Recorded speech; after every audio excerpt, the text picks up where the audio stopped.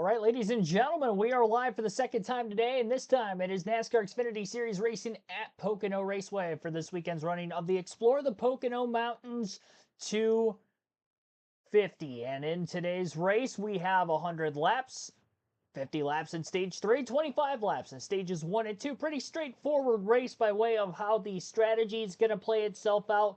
We'll see some of that strategy come into the end of stage 1, end of stage 2. Drivers at the front of the field may be sacrificing stage points to try to get track position on the following restarts. That would be coming unless we end up ending some of these stages under caution. But needless to say, thanks for tuning in. No technical difficulties on the forefront of this stream today like we had during the practice of qualifying stream for the Cup Series. We did enjoy the Truck Series race that took place yesterday. Lane Riggs, almost called him Scott Riggs, that's his dad. Lane Riggs ended up getting his first win of the Truck Series season, so we'll see if somebody new can break through into victory lane for the Xfinity Series. Somebody new that hasn't ran a lot of Xfinity Series races in recent years because he's been full-time in the Cup Series out there competing for wins and championships like he did in 2020 is Chase Elliott. Chase Elliott's on the pole driving the 17 car today. We've seen Kyle Larson and William Byron win in that car already this season, so Chase Elliott trying to be the third driver at Hendrick Motorsports to do so. Brandon Jones will be starting on the front row in the second place position alongside of him.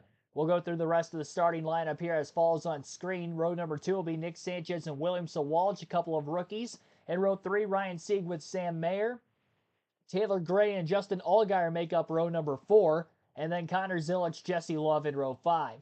Row 6 for Matt DiBenedetto and Sheldon Creed. Sammy Smith, Austin Hill, row 7. Christian Eckes, Harrison Burton in row 8. Row number 9 for Justin Bonsignor and Daniel Dye. Bonsignor in the 19 for JGR. And then Brennan Poole and Jeb Burton in row number 10. Poole pulling double duty this weekend in the Cup race tomorrow and obviously Xfinity racing here today. At row number 11, Jeremy Clements with Carson Quapple. Parker Retzlaff and Ryan Ellis in row 12. Dean Thompson, Josh Williams make up row 13. Behind them in row 14, Blaine Perkins and Anthony Alfredo. Mason Massey and Chris Wright, row 15. Row 16 for Josh Balicki and Garrett Smithley. Carson Ware, Dawson Cram in row 17. Row 18 for Patrick Emerly, who ran the truck race yesterday, and Leland Honeyman. And Kyle Sieg, Logan Bearden in row number 19 will round out our 38-car field. Again, only 100 laps, 250 miles this race.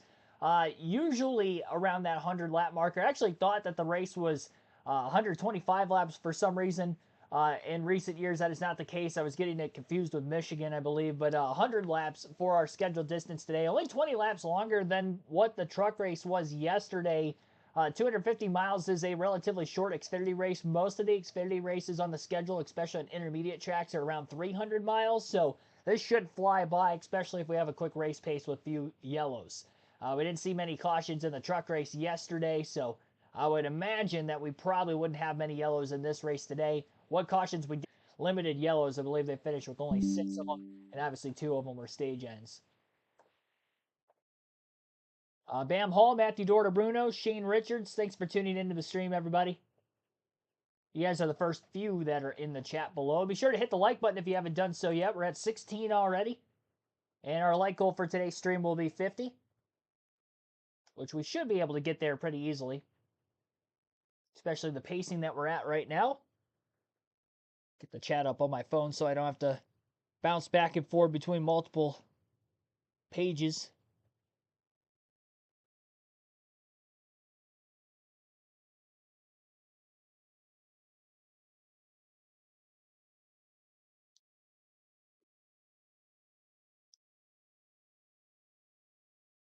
Didn't tune in for practice of qualifying. Well, I was having some technical issues during that stream anyway, so you didn't miss much on the streaming side of things. Denny Hamlin on the pole for tomorrow's Cup race, though. Trying to go for his 4th win of the season. Back-to-back for him, considering he was not in the race last week in Mexico City with the birth of his son coming just a few days before when they would have ended up having to leave the country. Ryan Blaney will be in the CW Sports booth for today's race at Pocono. He's the defending Cup Series race winner here, and he also got his first career Cup win back in 2017 with the Wood Brothers at Pocono. So a good driver to have in the booth this weekend for this race. Obviously, Jamie McMurray alongside Blaney, along with Adam Alexander for the call there. You'll get to listen to them at various points throughout the course of the action.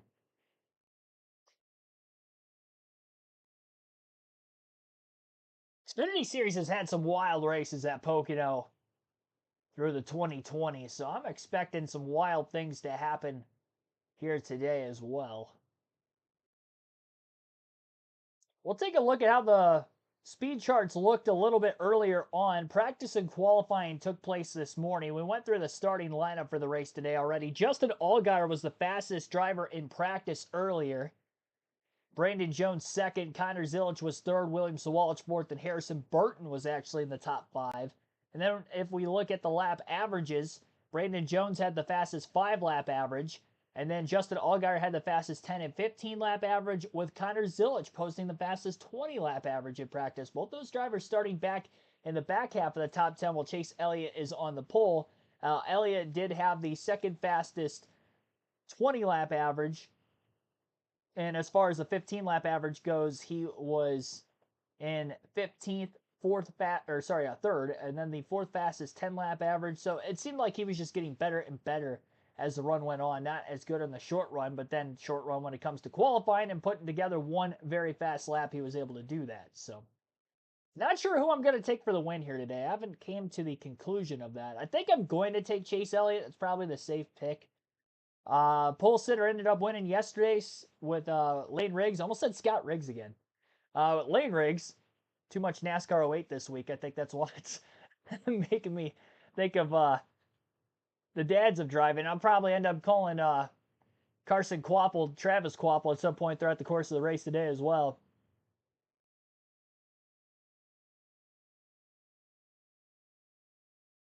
ARCA race on FS1 later after the Xfinity race? I don't think so. Not live, at least. It might be pre-recorded. That'd be a really late start. I'm honestly not 100% sure on that. Just because I don't do live commentary for ARCA. We'll get to the bottom of this. ARCA Pocono. I'll just go check their schedule out. Probably make it a little easier. No, they're not racing at Pocono. It might be last year's race. Is it an ARCA East race?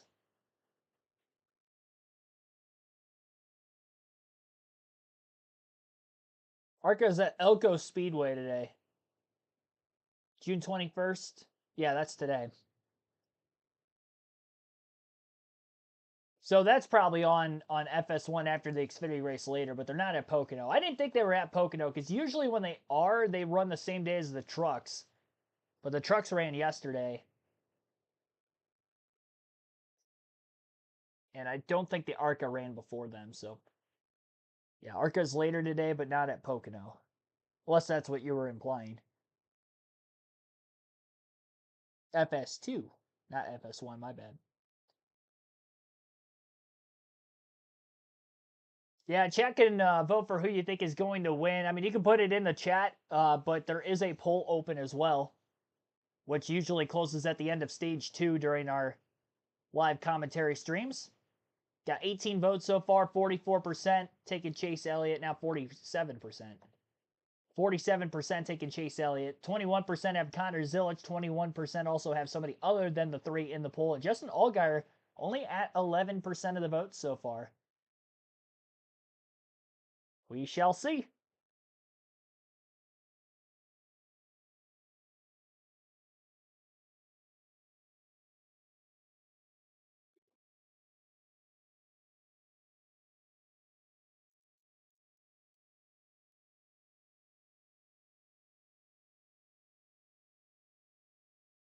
I believe they'll be going green this time by.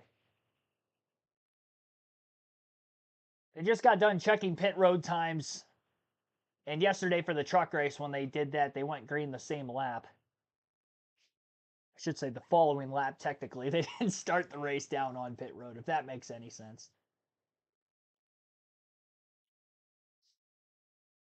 So Chase Elliott, Brandon Jones again on the front row for this one today. Chase Elliott, I believe, taking the outside of row number 1 for this initial start.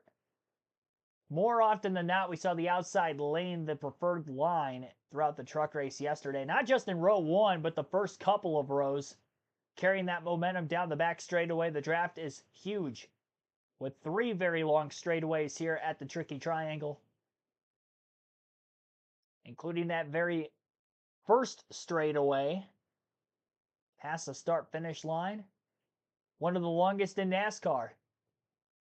Would have been the longest had it not been for Mexico City last weekend having a 7/10 of a mile front straightaway on a new road course. But as far as the ovals go, this is the longest straightaway in NASCAR. Dale Jr. going to be crew chiefing the 88 for Connor Zilisch this weekend.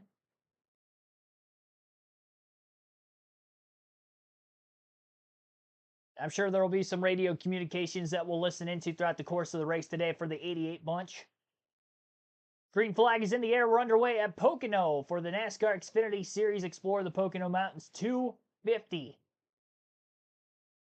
Big bump draft to the back of Chase Elliott from Nick Sanchez in the 48 car on the outside row. Rather, that's the 18 of William Sawalich. Sanchez was on the bottom pushing the 20. Sanchez will come out with third place, though, off of turn 1. 3 wide for about fourth. One car bounces off the wall a little bit further back. Couldn't tell who it was. It was outside the top 10 where that happened, but we do stay green. Relatively organized at the front of the field, at least, entering turn 2 on the opening lap of the race. The front 6 or 7 cars single file. Sam Mayer now jumps to the inside of Sawalich off of turn 2, and he'll try to make the pass in turn 3 for that spot. That is the battle for 5th.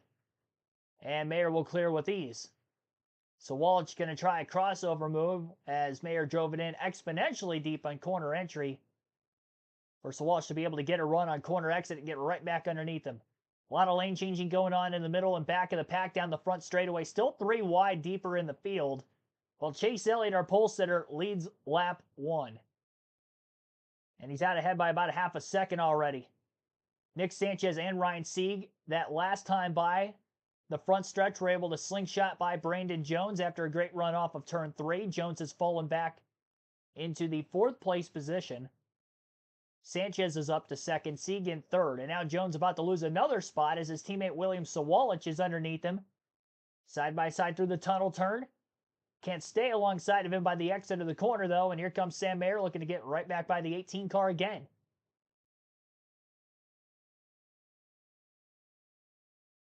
Sieg to the inside of Sanchez off of turn 3 for 2nd. Trying to pull away from the 48 to keep Sanchez from trying to get a side draft on the 39. And they'll still be nose-to-nose entering turn 1. 4 wide on the front stretch, a little bit further back inside the top 10. Sam Mayer's lost a ton of time. I don't know what happened to the 41 of Sam Mayer, but all of a sudden he has now dropped quite a few spots in the last lap and a half or so. 4 positions, it looks like. 10th place for Sam Mayer all of a sudden. And he's still being swarmed by other race cars as he's 3 wide middle into turn 2, and he's forced to let the 21 and the 8 get by. Because 3 wide in the middle lane especially would probably not have worked out well for him if he tried to take the corner deeper than that. In turn 2, and now he's got a car underneath him making contact, entering turn 3, and around goes the driver battling him for position. Caution flag is out. That was Daniel Dye in the 10. Who was trying to make a pass on the inside lane of turn number 3. On the 41 car of Sam Mayer, made slight contact, around goes Dye. And we're under caution for the first time today.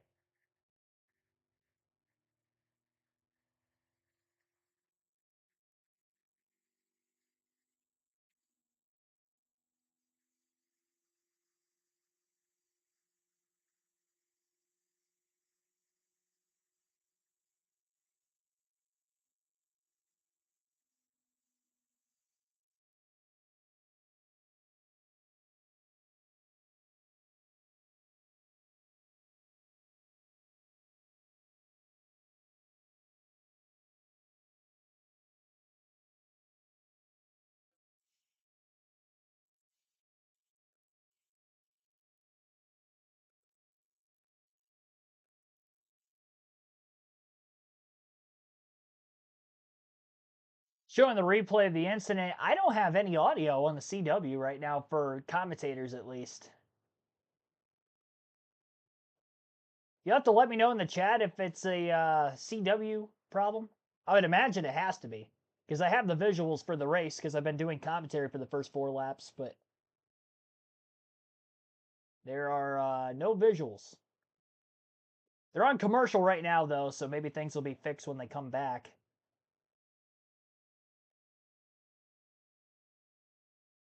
Rima, Mark Witkowski, thanks for tuning in.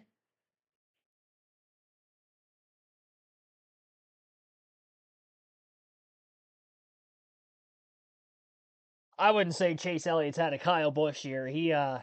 Kyle Busch is, flirting around the playoff bubble. Chase Elliott's been top 5 in points all season. Elliott just hasn't won. Elliott's having basically a Ryan Blaney 2022 kind of year where Blaney didn't win at all, but was top 3 in points basically all season.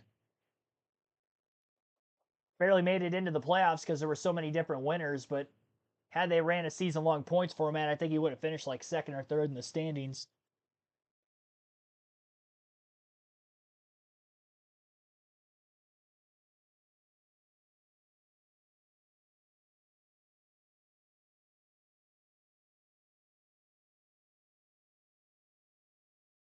You can hear it clearly? Well, not my audio. I meant audio on the CW. The CW broadcast, I can't hear their commentators talking.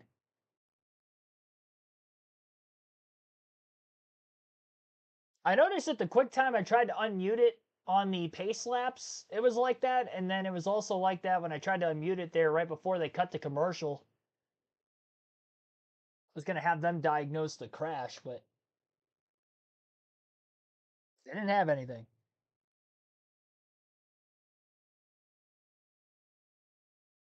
Today's just been full of technical difficulties that are out of my control, unfortunately.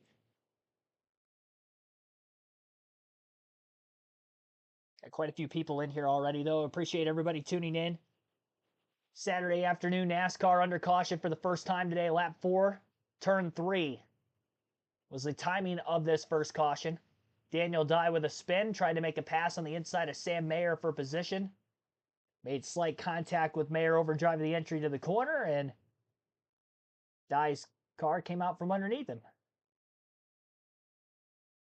Mayer was free falling in the running order before that. Yeah, there's still nothing. There's still nothing on my end. Let me try logging out, logging back in. But I'm pretty sure it's on the CW. I have the visuals. Like I have the race on right now, but you guys aren't gonna hear anything. There'll be race car noises, but there's no commentary.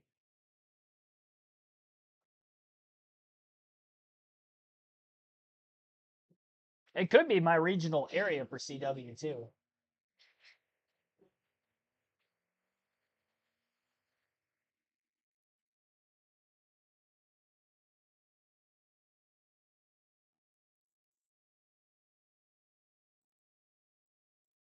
See what I mean?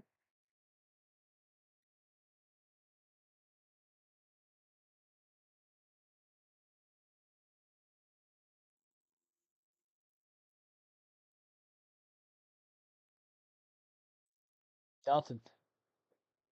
91 in North Carolina. Yeah, it's definitely warm most of the way around the country. Mid 90s where I live today too. 90 right now I think is what it's showing, at least on my phone. I think they were projecting 93, but it's supposed to be mid to upper 90s for the next few days here.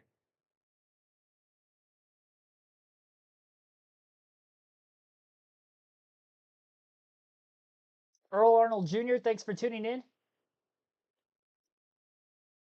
All right, so the field is getting the 1 to go signal this time by. Connor Zillage had scrubbed the wall off of turn 3 a lap or two into the race. Goodyear lettering scrubbed off of both the right side tires, but there doesn't appear to be too much damage for the 88 specifically there. Obviously trying to keep his track position. He'll be inside of row 3 for the restart. Chase Elliott has led the first few laps of the race from the pole. Ryan Sieg has worked his way up to second. Nick Sanchez is going to be in row 2 for the restart alongside Brandon Jones. Row 3 will be Connor Zilich and William Sawalich.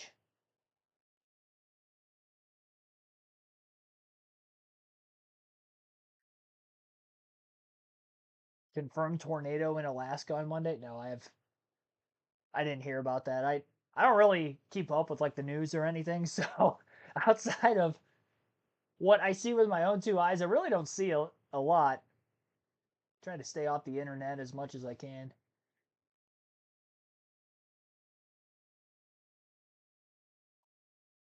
All right. Outside of when I'm keeping up with, NASCAR news and stuff like that.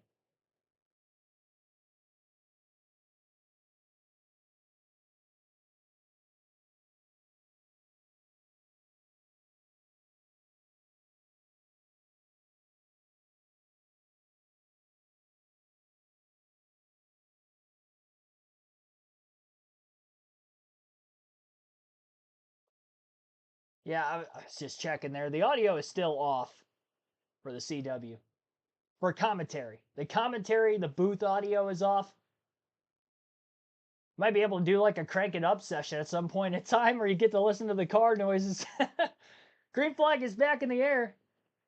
Chase Elliott, Ryan Sieg on the front row as they get the pushes from behind, and Sieg will jump out of the main line on the inside. Brandon Jones up the middle. Sieg maybe a little too loose with the pushes ongoing, and we're under caution again. Justin Bonsignor seems to be blowing an engine smoke coming out of the tailpipes of that race car. That's not good. That is an engine detonation for Justin Bonsignor and the number 19 for Joe Gibbs Racing. He'll park his car up the exit of turn 1, and that didn't take long for a caution to come out. That was right as they were getting up to speed. I like to hope that it wasn't because he missed a shift. There's no commentary to diagnose everything here.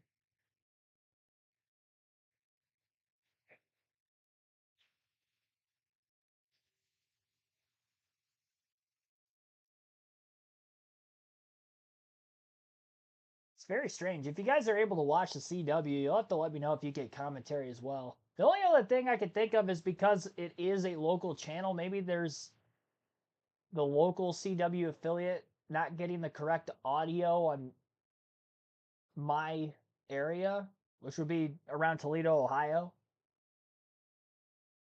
So, don't know.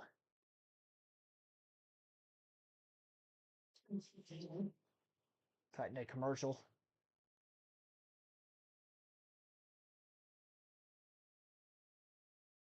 Didn't even make it into the first turn, and that car was already blowing up.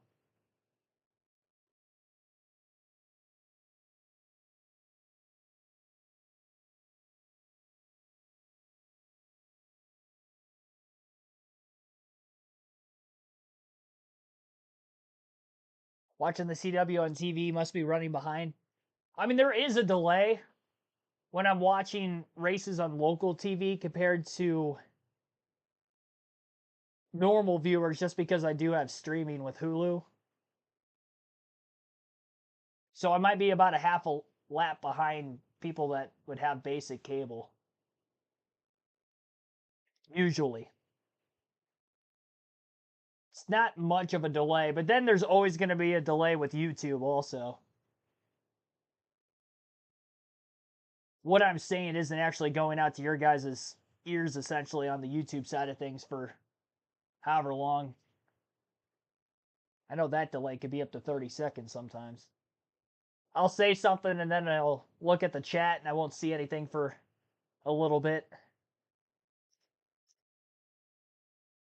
Yeah, it must be the Toledo, Ohio area that's not receiving the full audio or something from CW. So strange. I haven't had that issue before. I know there's been some viewing issues with the CW and the NASCAR Xfinity Series race coverage around the country. Luckily, I still have something. It's just no audio.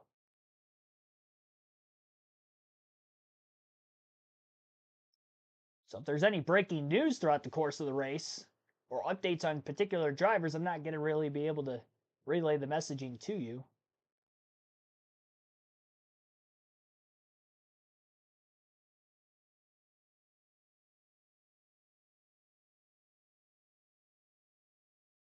About a minute delay. Yeah, that makes sense.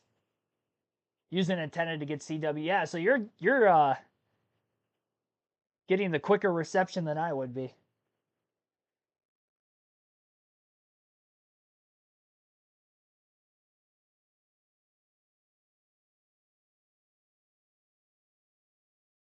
All right, so with the caution out at the time, our second of the race in these first 9 laps. First incident took place in turn 3, a spin for Daniel Dye battling Sam Mayer for position. No major damage on the 10 for Dye, so he does continue on at the tail end of the lead lap. And then immediately on the next restart, an engine failure for Justin Bonsignor running in the middle of the pack and stalling off of turn 1. So just a couple green flag laps, slow pace in the early going of this one. The fact that we're only on lap 10 and we're 16 minutes in already out of a 100 lap race. Chase Elliott has led every lap so far. He had a good restart, was able to maintain the lead. Nick Sanchez is going to be right up there with him on the front row for this restart, it appears. Brandon Jones, Ryan Sieg, third and fourth. William Sawalch, Connor Zilich, fifth, sixth. Taylor Gray, Sheldon Creed in seventh and eighth. Ninth, 10th is Christian Eckes and Justin Allgaier. Jesse Love, Sammy Smith round out the top dozen.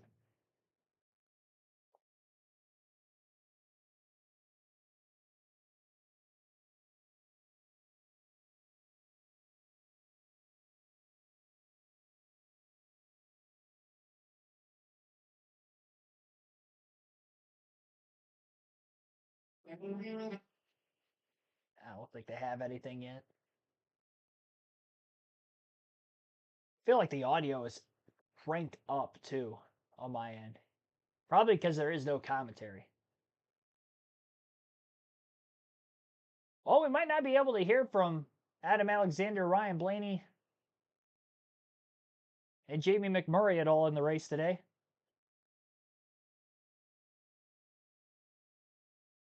We'll take a quick break of our own. We haven't had one yet. I didn't do any during the stream earlier because of all the technical issues I was having with Prime Video on our NASCAR Cup practice and qualifying stream. So we'll be back here shortly. You're listening live on KRC to the NASCAR Xfinity Series Explore the Pocono Mountains 250.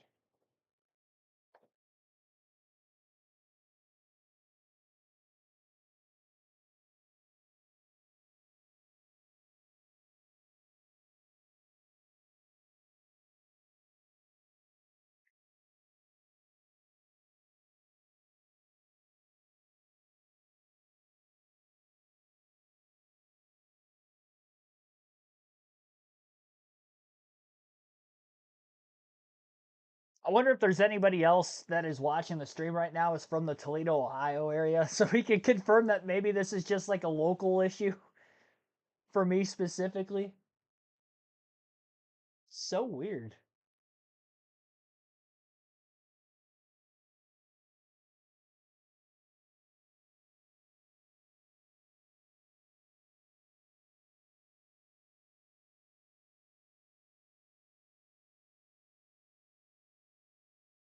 All right.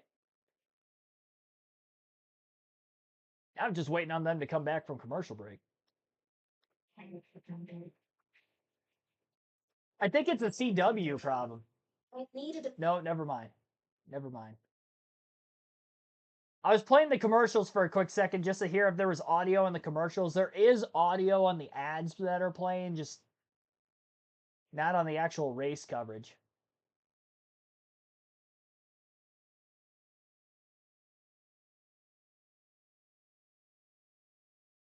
Fuel window probably going to be a little bit less than 40 laps Should be a little bit longer than the Truck Series, which was 31 to 34 laps yesterday. If I had to guess, I'm going to guess anywhere between 34 to 38 laps. More closer to the 38 laps for green flag action. Pretty standard two-stop race. Most of these teams are going to pit 3 times just because of the way the stages are laid out, but you can make this race on 2 pit stops for fueling.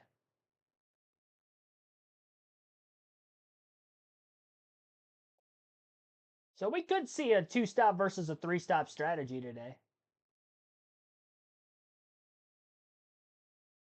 Depending on how many more caution laps we get, I mean, there is a chance they could make it to the end of stage 2 without having to pit at or before the end of stage 1.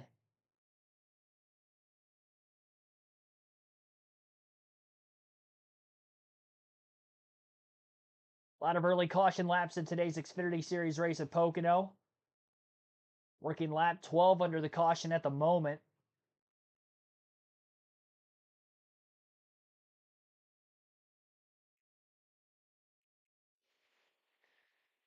Yeah, still got nothing.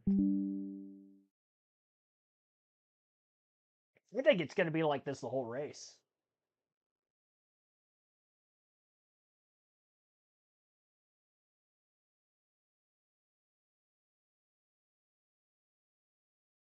I didn't watch the pre-race at all, so I don't know if it was happening from the beginning of the race broadcast or not.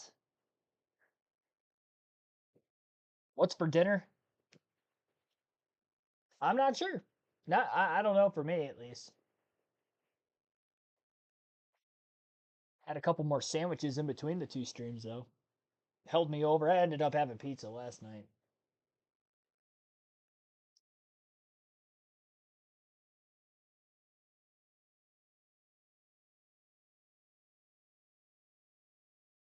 Justin Allgaier,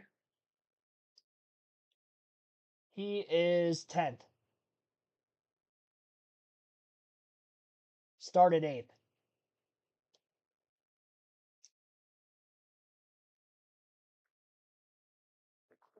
Yeah, a lot of caution laps. Caution laps seemed to be pretty long during the truck race yesterday, especially in stage 3. I believe they'll be going green this time by.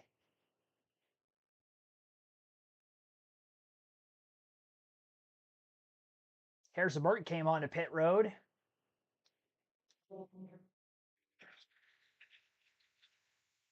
Was waiting to see why. Probably to top off on fuel. But at the same time, we've only ran a few green flag laps, so there's got to be something more to it.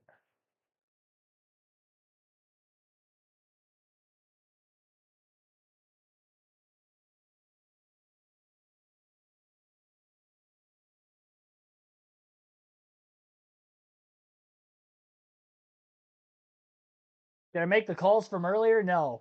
No, I was more worried about trying to get something to eat in between streams at the moment. That is the issue I had earlier has nothing to do with the issue I'm having right now.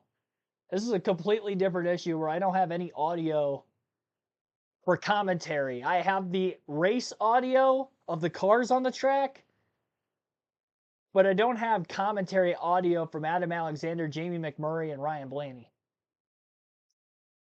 on the CW broadcast. We've got the visuals, though. That's all that matters for me. Green flag is in the air. We're back to racing here at Pocono. Lap 14. A half block by Ryan Sieg to try to keep the 88 of Connor Zilic behind him. That wasn't going to work, and now Sieg's 3 wide middle for about 4th place through turn 1. Chase Elliott will come out of the first turn with the lead. Top 3 are single file. 3 by 3 for about 3 rows deep just behind them. And it's going to be interesting to see how this gets organized down into turn 2. The 88 of Connor Zilic sails it off into the corner, trying to clear the 39 and the 18 to the outside. Sawalch will let the 2 cars go underneath him. Sieg and Zilic are still door-to-door for 4th, while Elliott Sanchez and Brandon Jones in the top 3 positions are slightly pulling away from the rest of the pack.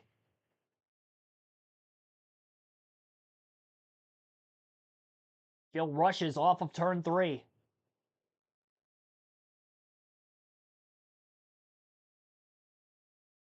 Lane changing and more three-wide action down the main straightaway headed for turn one. Second lap following the restart now.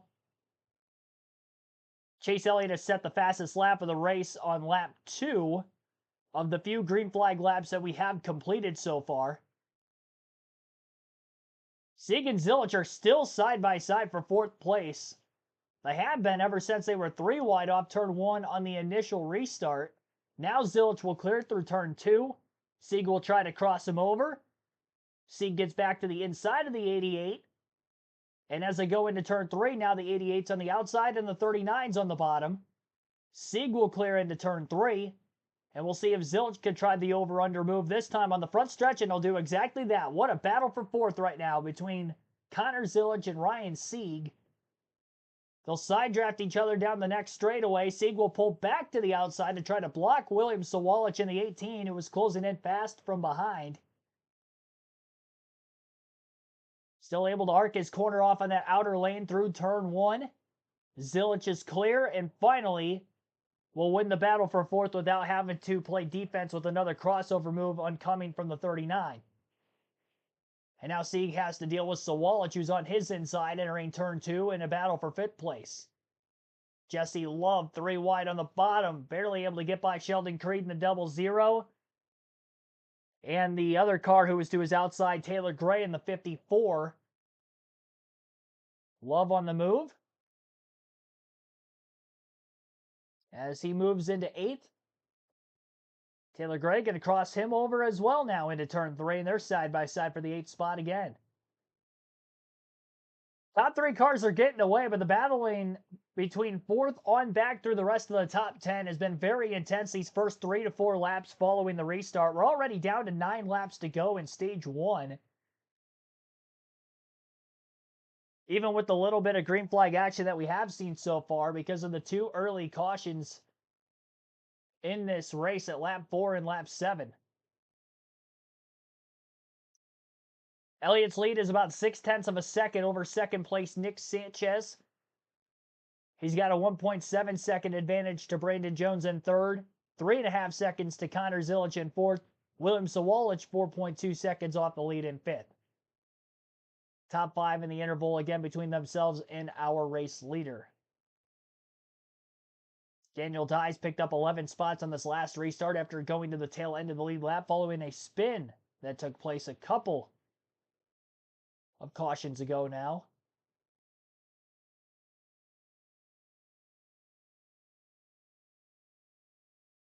See maybe some of the bigger movers in the race since the very start.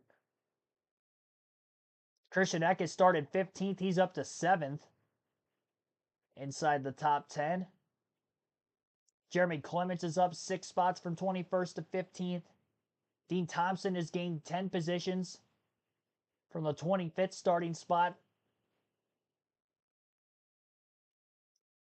Anthony Alfredo up 10 spots from 28th to 18th. And some of the bigger losers from the start of the race and where they're running right now. Matt DiBenedetto, who started 11th, is now 19th. Justin Allgaier, who started 8th, has fallen back on this last restart again to 13th, so the 7 seems to be struggling with his car right now. Which, again, he was fastest in practice. Much different track conditions, though, considering that they had practice in the morning versus the middle of the afternoon now for the race. Much warmer. Track's going to be a lot slicker, less grip. This Pocono Raceway is becoming less and less grippy, I guess, over the years as the track continues to age, especially with the Midwestern winters that this track would be receiving, probably age much faster than some of the tracks down south. It's last repaved back in the early 2010s. But as they go through turn 1 and turn 2, it's starting to look like the old Pocono that I kind of grew up with during the mid to late 2000s, where it was very rough around the bottom lane of the racetrack. And both turn 1 and then the tunnel turn in turn 2. A lot of drivers try to pull to the bottom to make a pass on somebody else, and it's whether or not your car can get through the bumps without moving around too much as to whether you're going to make the pass or not, even if you had the momentum entering the corner. Very rough racetrack with these sharp angled corners. It's not hard to have the car free up, tighten up any which way, and wash up the racetrack. Susan Greenland, Bond 1771, thanks for tuning in. Graham Cook, also welcome to the stream. SVG's racing tomorrow, if that's what you were asking. Xfinity Series race today, Cup Series race will be tomorrow. Fastest lap, I think it's still Chase Elliott. 54.892 for Elliott is the fastest lap so far. Nobody else has ran a sub 55-second lap yet. Elliott was my pick to win today, and he is definitely dominating the early laps. Connor Zillage might be the second fastest car in the field based off of how this race has gone so far, but he's back in fourth. He's got a few laps left in the stage to try to catch Sanchez and Jones. But he's quite a ways behind them. There is a good battle for second going on, though, between Sanchez and Jones. Over 3 seconds off the race lead. Sanchez a lane off the bottom through turn one. A little bit of clean air on the nose and the Cheez-It Toyota for Brandon. And now he'll follow in line down the Long Pond straightaway. Try to get the draft and the straightaway speed up. Entering turn two. Half a lane lower than Sanchez again. As he tries to creep up on him.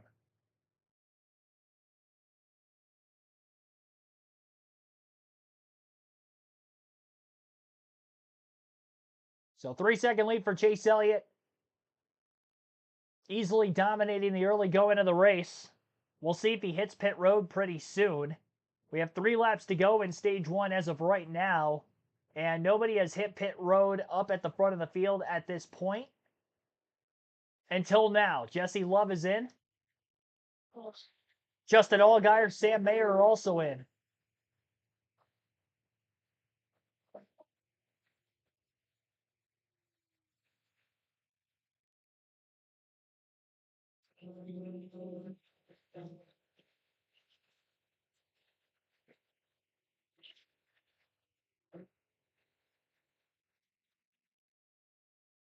Yeah, I still don't have any audio for the commentary side of things. No idea what kind of adjustments they're making or how their cars are handling right now, other than the fact they were all in the back half of the top 10. And here comes the race leader, Chase Elliott, into the pits this time by. Pit road will close when the race leader gets to the start-finish line for 2 laps to go in the stage, which would be this time by. So Elliott pits. Nick Sanchez, I believe, is going to stay out and then take the race lead. Potentially. He would have if Brandon Jones didn't go out and pass him. Brandon Jones will overtake Nick Sanchez. And so Sanchez does not lead that lap. And these are the first laps that Chase Elliott has not led today, as he led the first 22. And as Brandon Jones was able to make a pass on Sanchez for, at the then time, second place, is now the leader. And he's pulling away from Sanchez to try to get the stage win. Now, Jones does have a win already this year, where he won at Darlington in the Xfinity Series this season, so he's locked into the playoffs. He does not have a stage win, so this will be his first stage win of the season if he can hold on for 2.5 more miles.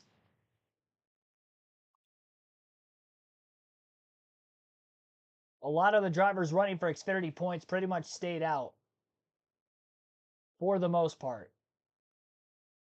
A couple guys in the back half of the top 10, they pitted, trying to leapfrog the field as they're struggling to get track position in the early laps.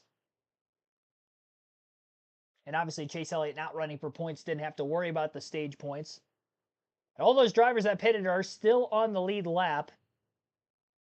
Chase Elliott, Taylor Gray, Jesse Love, Justin Allgaier,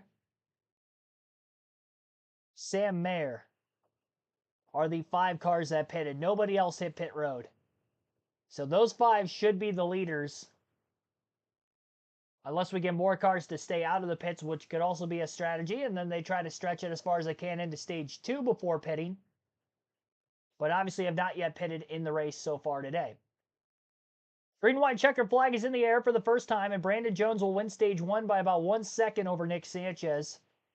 Sanchez in second, Connor Zilic third, Ryan Sieg fourth, and Christian Eckes will finish out the top 5 in stage 1. Then 6th through 10th had Sammy Smith at 6, William Sawalich 7th, Sheldon Creed 8th, Jeremy Clements 9th, and Austin Hill rounding out the top 10.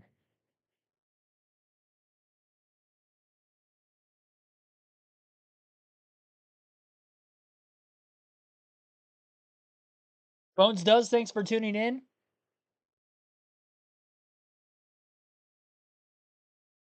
Yeah, Xfinity Series does have the fastest lap like in Cup. All 3 of the top series have the fast lap bonus point award. Obviously, with Chase Elliott having that fastest lap so far, if he were to win it, then it wouldn't go to an Xfinity Series driver. Elliott not running for points, the 17 would get it for the owner standings, but that would be it. And even that 17 car is not running full time in the Xfinity Series. But it would still go to them.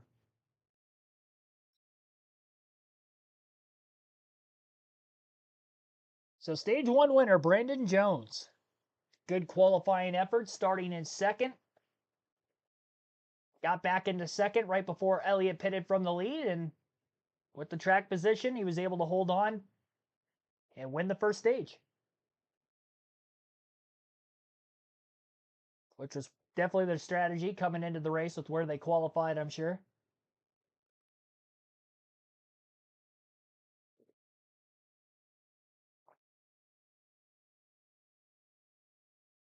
With the amount of caution laps that were ran, with those first 2 yellows early in this 25 lap opening stage, I think we're going to see quite a few drivers staying out of the pits and then pitting about midway through stage 2 and then staying out during the stage 2 break then rather than pitting right before the end of the second stage unless they can make it that far on fuel, which would be quite the extend if they could go close to about 50 laps to start this race on fuel. But again, we have had quite a few caution laps, 9 of them so far, counting the couple we've had during the stage break on top of the 2 yellows we've seen beforehand.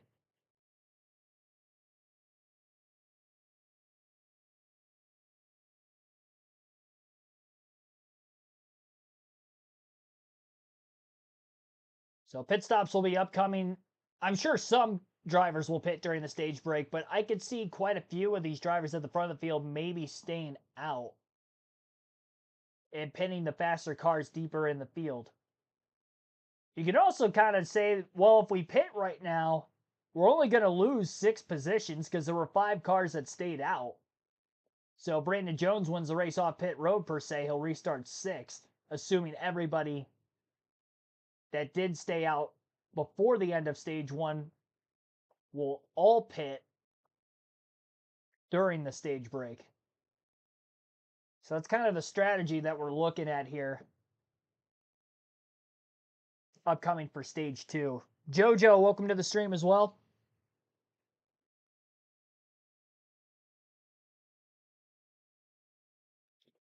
Tomorrow we'll be live at 1:30 p.m. tomorrow afternoon, Eastern time, of course. So 1:30 Eastern time. Lots of fuel games being played. Yep. Pocono is very much a strategy-based racetrack. It always has been over the years. We've seen a lot of fuel mileage races here. Would have had one in the truck race yesterday had there not been many cautions in stage 3 with the way the race length was laid out in 80 laps and that final stage being 40. Final stage here being 50 laps. So if we see a lot of cautions in the beginning portion of stage 3, then maybe we could see a fuel mileage race for the Xfinity side today, but that is yet to be determined. Pit row will be open this time.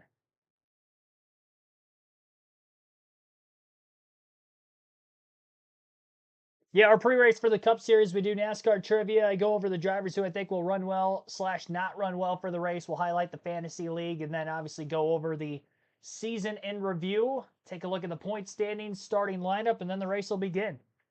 Try to go live anywhere between 30 to 45 minutes before the Cup race starts every weekend.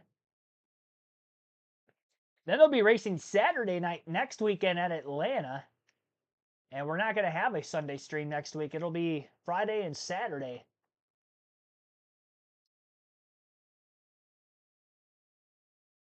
Pit road is open. I'll let you listen into the sounds of the pit stops, even though the commentary is off on my end.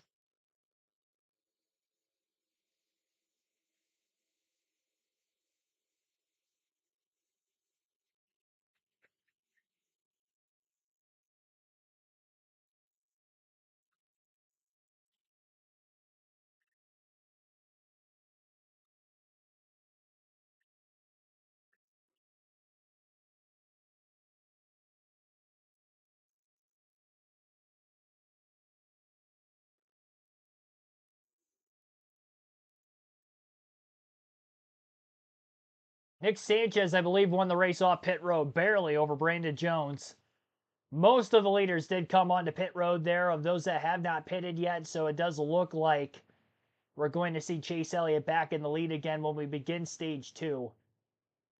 I mean, that's about as close of a race off pit road as you could have between the 48 and the 20 there. But again, that was a battle for 6th because the top 5 will stay out. Elliott, Allgaier, Mayer all up at the front of the field. Taylor Gray as well. And Jesse Love will be the front 5, with Elliott in the lead of those 5. Only going to have 2 to 3 extra laps on their tires, which isn't going to really make too much of a difference here. So now it's up to the speed in the race cars as to whether or not they're going to be able to maintain the track position that they have by trying to flip the field on strategy for the stage 1 break. It's our 3rd caution of the day. Just the 2 lead changes so far. It'll be 3 at the line when Chase Elliott gets back there under caution, and will retake the lead for the 2nd time. You're listening live on KRC to the NASCAR Xfinity Series at Pocono for the Explore the Pocono Mountains 250.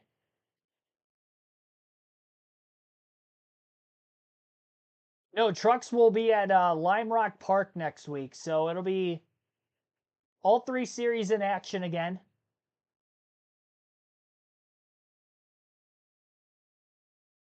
Truck, Xfinity, and Cup in action, but only Xfinity and Cup will be at Atlanta and Lime Rock Park for the Truck Series. Now, the Truck race is Saturday afternoon, and then the Cup race will be Saturday night on TNT. I'm going to check the schedule just to confirm that, but I'm pretty sure Lime Rock Park next week, 1 o'clock next Saturday afternoon for the Truck race. Our Xfinity race will be Friday night at 7:30 next week. We'll have Cup qualifying before that, also live on the channel.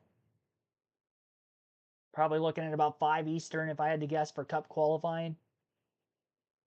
So we'll have a doubleheader on Friday and a doubleheader Saturday on the channel. And then Sunday will be open because there will be no racing on Sunday.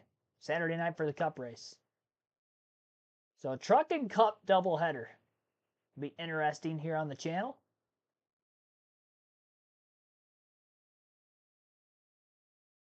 Quite a big break between the races too, considering the Cup race doesn't start until 7:30. So we'll be streaming the Cup race at 7. I would imagine that Truck race will be over well before 4. So have a few hours in between.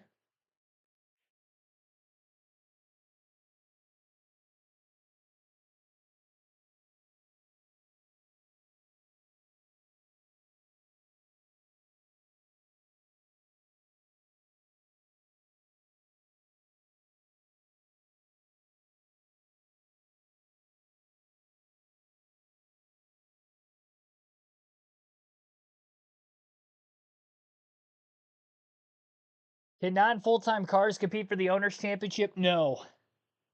No, so like the 17 can't.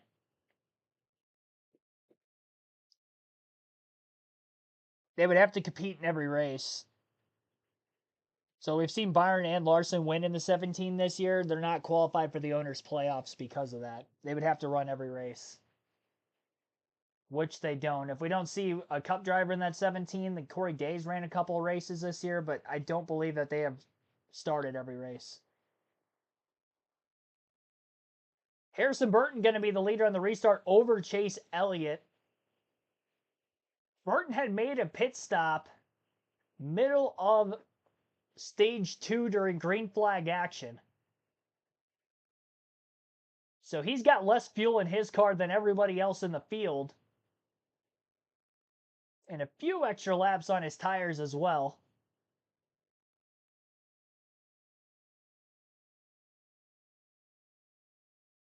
So we're going to have to wait and see exactly how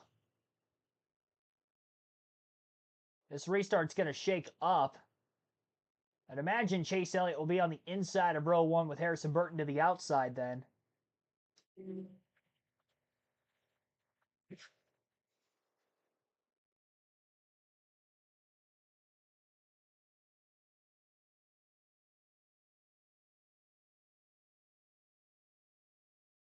Wonder if there's a way for me to turn the audio down and I can keep some of the audio on while I'm commentating without it overlaying too heavily on the mic.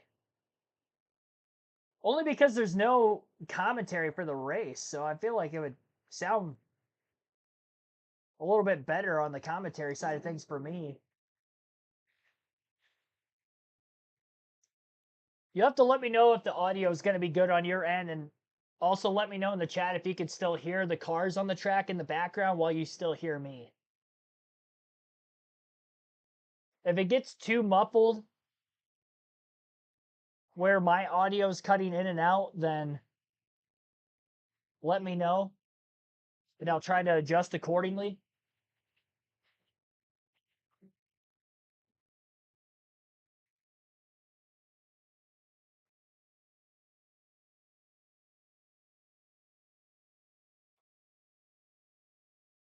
So just keep me updated in the chat as we try to work through this together.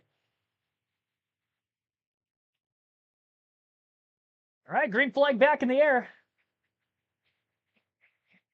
Harrison Burton getting a great push on the outside of road number 1, while Chase Elliott on the bottom lane of the racetrack not getting a great push from Jesse Love. Harrison Burton will lead the field through turn 1. Elliott slipping back on that inside lane just a bit, and Justin Allgaier will take over second off of the exit of the first turn. Elliott will try to catch up in the draft, plus a little bit of a bump draft from behind by the 4th place car of Taylor Gray. Harrison Burton holding on strong for the moment. And not anymore, because off of turn 2, it'll be Justin Allgaier trying to take his first lead of the race. Chase Elliott boxed in line behind both cars, nowhere to go. Allgaier will clear on the entry into turn 3 and extend his lead off the exit of the corner. Justin Allgaier will lead his first lap of the day. Chase Elliott for second to the inside of Harrison Burton down the front straightaway.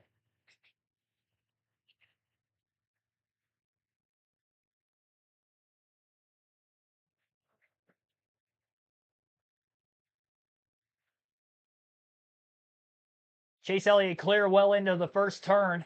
Harrison Burton on the older tires and less fuel in his car compared to everybody else is going to just do what he can to try to keep himself as close to the front of the pack as he can. Ideally, if he could stay in the top 10 to the end of the stage or his next pit stop, that would probably be the best case scenario for him. Did a great job on the launch through the restart, but with the older tires, he couldn't hold on. We got trouble. Off turn 2. Multiple cars are around. Brandon Jones will hit hard against the inside wall. Austin Hill got turned to the outside wall. Daniel Dye was caught up in it as he is parked against the inside retaining wall as well. Heavy damage on the left front fender for William Sawalich.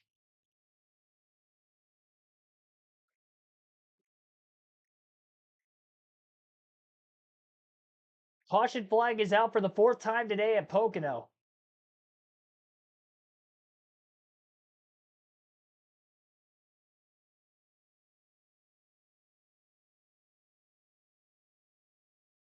Have to wait to see a replay of the incident.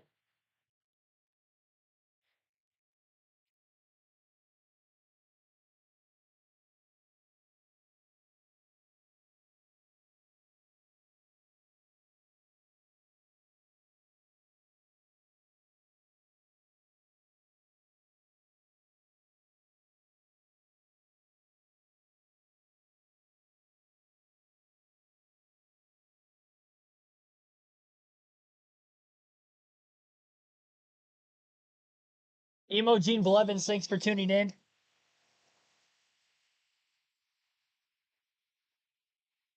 Okay, replay of the incident. It looked like there was some slight contact between Carson Kvapil in the 1 and the 20 of Brandon Jones.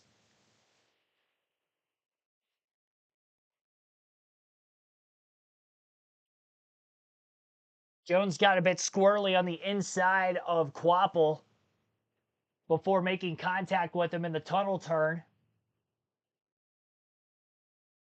Like he just washed up the racetrack and then made contact, and once the contact happened, around went Jones. The 18 of Sawalch gets slammed into by the 21 and the 10 who were sliding sideways trying to miss the wreck. That's where the left front damage came from him. Hill ended up in the outside wall. Daniel Dye ended the inside wall. Might have been a few other cars that were also collected with damage in the incident. All in all, it doesn't look like Brandon Jones's car is that banged up. I think he'll be able to continue on. That was a pretty hard hit, driver's side door first for Daniel Dye. I think he really could have pancaked the inside wall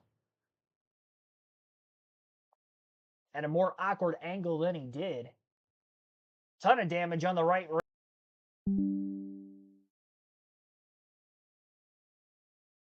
18 hasn't had a clean race this season. Yeah, so Wallach has had the rookie season from hell so far for the Xfinity Series. Full time as a rookie in the Xfinity Series, Sawalch is 23rd in points. In the 18 car for JGR, might I add, he is 23rd in points. Eric Almirola is ahead of Sawalch in points, and Almirola has only raced 6 races this season. Sawalch has ran all 15. That's in the same equipment. Almirola is ahead of Sawalch in points by 11. 11 points, and he's ran 9 less races. So, not a good stat line for William. No top 5s, 3 top 10s, 5 DNFs, and if he can't continue from this incident, it'll be a 6 DNF, but I think he'll be able to continue. He's actually led 41 laps this year, which is surprising to me. I think he qualified on the pole at Atlanta earlier this season. Maybe that's where he led all those laps.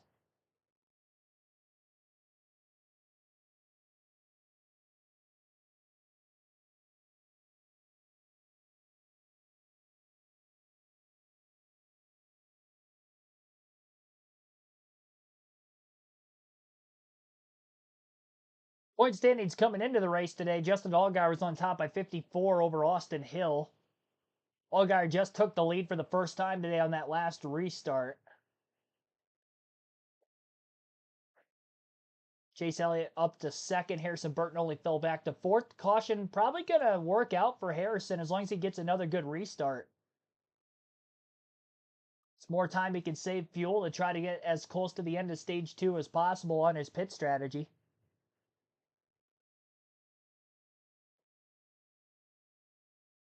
I mean, there's going to be speed in the 18 car in general just because it's a Joe Gibbs Racing Toyota. Honestly, JGR, though, in the Xfinity Series, not just Sawalch, but Taylor Gray is 12th in the standings, right on the playoff bubble, entering the race today. He's the last driver in on points over Ryan Sieg, virtue of a tiebreaker.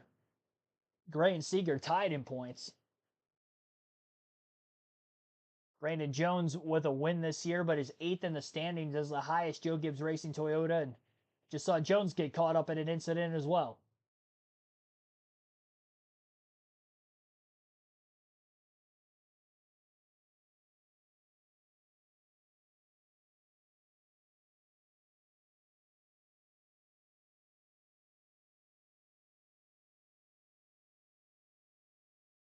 We don't have sound, and it keeps going to Dog the Bounty Hunter.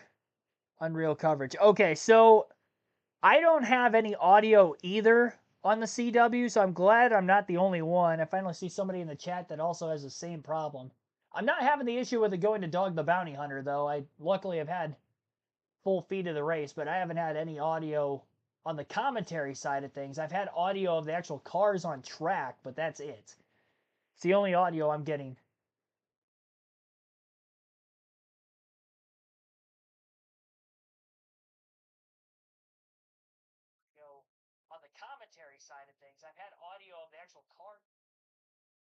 Can't hear me at all? That might be on your end. Everything's good here on my side for the audio.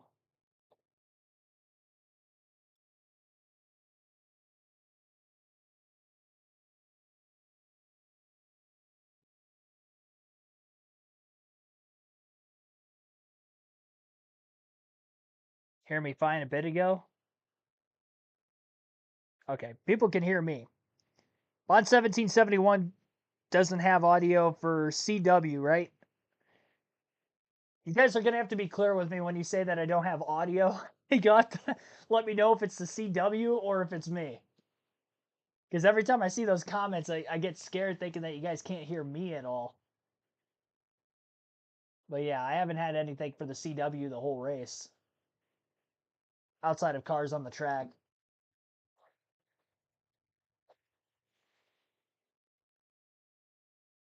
All right, they'll be approaching the next restart here shortly. Justin Allgaier and Chase Elliott going to be on the front row. This will be a good battle.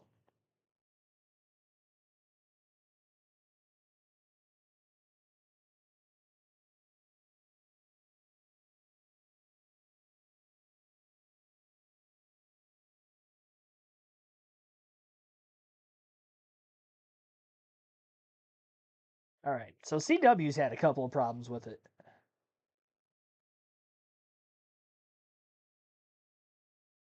It is strange that some of you guys have audio for the CW and some of you don't. Including me. I don't. But that's what I'm here for. I'm usually doing the commentary anyway, so as long as I got the visuals, which I didn't have earlier, we can run this stream on our full usual operations. We're going to be exactly halfway through stage 2 on this restart. We'll have 13 laps to go in the stage, 25 laps in stage 2 entirely.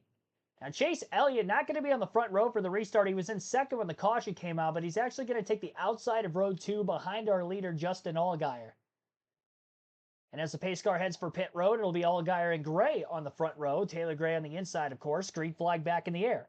Elliott pushes the back of the 7. The 54 doesn't have anybody to push him. Zilich will pull out of line 3 wide under Harrison Burton in the 25 before entering turn 1, and Burton's going backwards quickly. Good move by Zilich. He was able to clear the 25 before getting into the first turn. Justin Allgaier is well clear with the race lead off of turn 1, and Elliott clear for second. Side by side for third between Gray. Oh, we got more trouble off of turn 1. Sheldon Creed with a heavy bit of damage to the left front of his race car. I believe that is a fender rub as to why he is smoking heading towards turn 2. That was after contact with whoever was underneath him 3 wide, exiting the first turn. We do stay green for the moment as Creed's going to have to get to pit road because that is a pretty heavy tire rub. If he chooses to stay out on the racetrack, I don't think that smoke is going to go away. Now he's trying to pull to the bottom quickly. Creed is coming to pit road and he's going to lose all of his track position. He had contact with Harrison Burton. There's a bit of damage on the right front fender of Burton's race car, who was 3 wide in the middle with somebody underneath him. Creed had actually bounced off of the wall and then into the 25, so it wasn't really anything of Burton's doing there, or the car that was underneath him that might have squeezed the double zero. It looked like Creed just ran out of room on his own. Hit the wall, then bounced into Burton. And it was a pretty heavy hit into the wall, and then obviously sandwiching himself with the 25 car. I do believe Harrison Burton is still trucking along. He has not hit pit road like Creed did with the damage on the right side of the 25 car. Chase Elliott is closing his gap to our race leader, Justin Allgaier. Sheldon Creed still down on pit road, is going to end up falling off of the lead lap.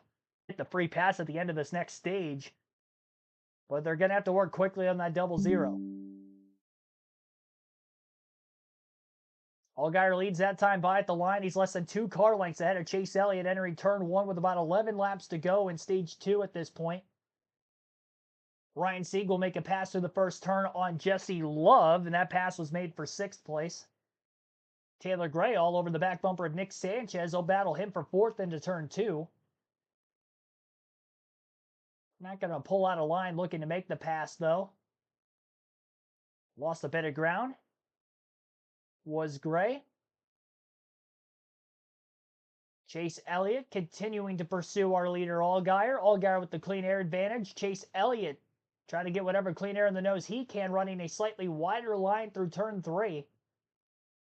And now back in the draft down the main straightaway. Looking to reel Justin Allgaier in down into the first turn. Allgaier did not try to break the draft in any way that time. Chase Elliott will poke out a line entering the first turn, trying to make the pass for the lead. Slips to the inside of Justin Allgaier for a brief moment, but couldn't hang alongside of him by the exit of turn 1. Connor Zilic in the 88 car is closing in on these top 2 as a battle for the lead. We've got trouble off of turn 1 further back in the field. The 70 of Leland Honeyman is around. Locks it down and keeps it off of the inside retaining wall, but the yellow flag is out. Our 5th caution already in just 40 laps here today at Pocono for the NASCAR Xfinity Series.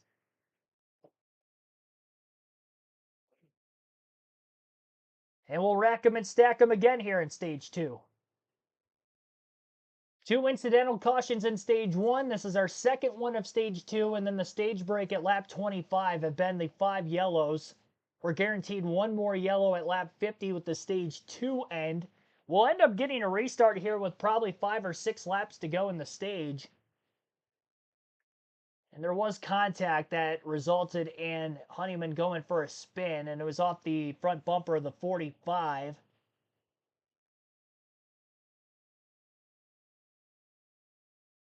Of Mason Massey.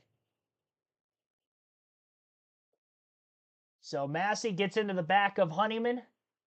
It did look like Honeyman maybe got a little bit loose in the center of the corner, and then Massey made contact with him. He definitely bobbled up the racetrack. Probably had a freak moment where he had to lift a bit, and then contact happened shortly thereafter.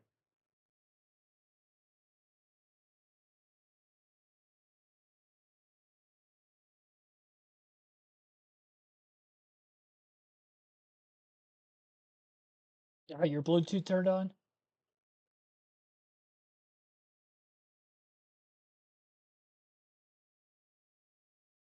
Yeah, all I hear is the cars too.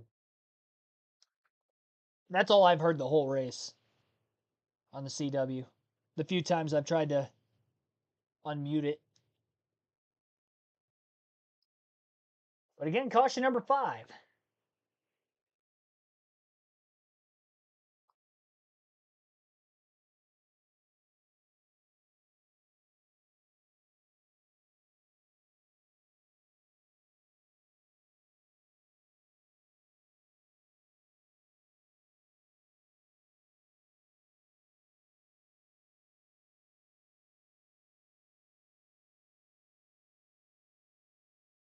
Yeah, I think the top 3 are definitely some of the fastest. We got a couple cars on the pit road as pit road is open this time by. Justin Allgaier coming in for 4 tires as well as Chase Elliott.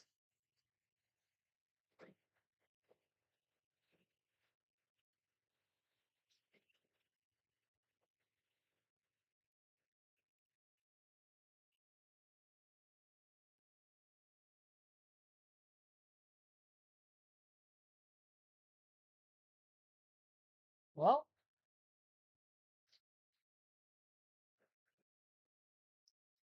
Harrison Burton is in.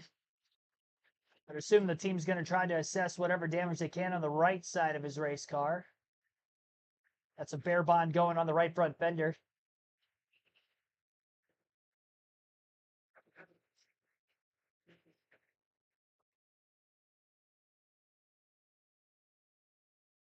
So once again, under caution.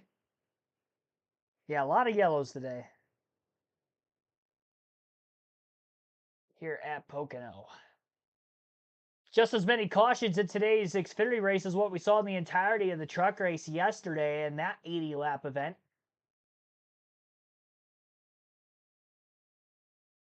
Connor Zilic stayed out on the racetrack, so he's going to become the new race leader. It's the first time the 88 team has been out in front this afternoon.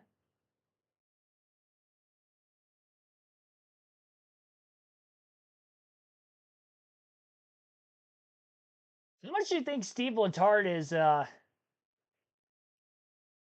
helping Dale Jr. with his crew chiefing job today? giving him whatever information he needs to try to make some calls.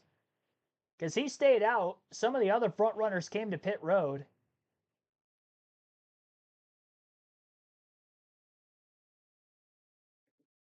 With as many cautions as we've seen, I wouldn't want to restart at the tail end of the field like you're going to see out of Chase Elliott here.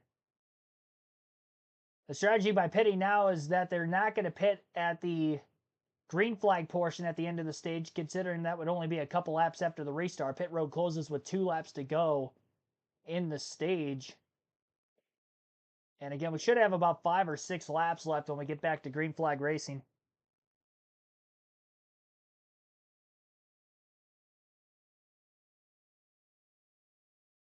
About average for the lower series. Maybe not to the extent that we're seeing today. We tend to get a lot of cautions maybe later in the race for the Xfinity series, but we have had very little green flag action in the Xfinity race so far.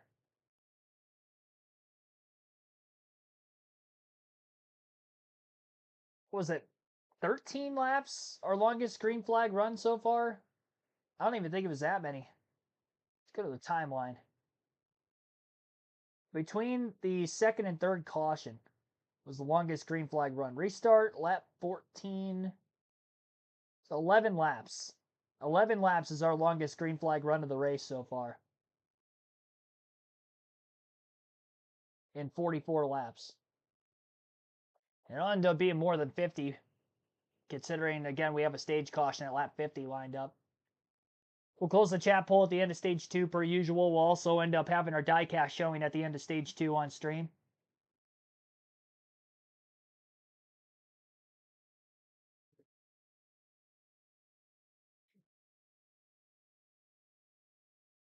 Helping Junior a bunch, I bet. I get Steve Steele. I'm surprised he didn't just hire Steve Letarte for the weekend, honestly. I don't think he works for Hendrick Motorsports in any way anymore. I think he's solely just on the TV side of things.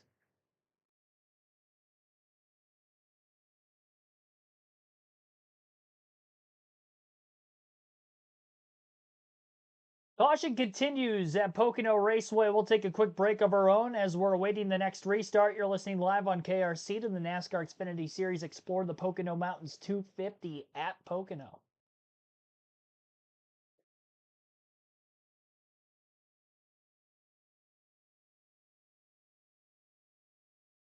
Yeah, Dale Jr. is the crew chief on the 88 today for Connor Zilich. Dale Jr., a former winner at Pocono in the NASCAR Cup Series, so definitely learn from the best as the race is progressing. Maybe give him some pointers. Be sure to hit the subscribe button if you haven't done so yet. I haven't stated it much this weekend, but we're, as I check my YouTube analytics right now, we're only 12 subs away from 6,400. That next 100 threshold. We got 12 more subs to get to 6,400, even round number. We had 6,500 here before long, and obviously on the road to 7K. Steve texting Junior for sure. Oh, I'm sure. Especially considering they're both at the track this weekend too. With doing the Prime Video booth for tomorrow's Cup race.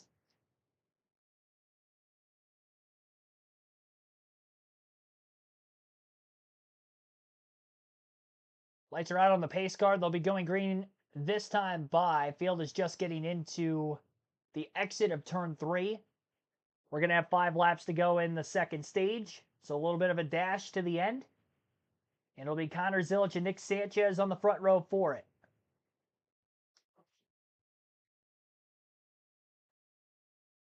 I tried to turn the volume up on the TV just a little bit as I'm going into the commentary side. So again, let me know if any sort of audio is cutting in and out here on my end. Great launch on the restart for Connor Zilich.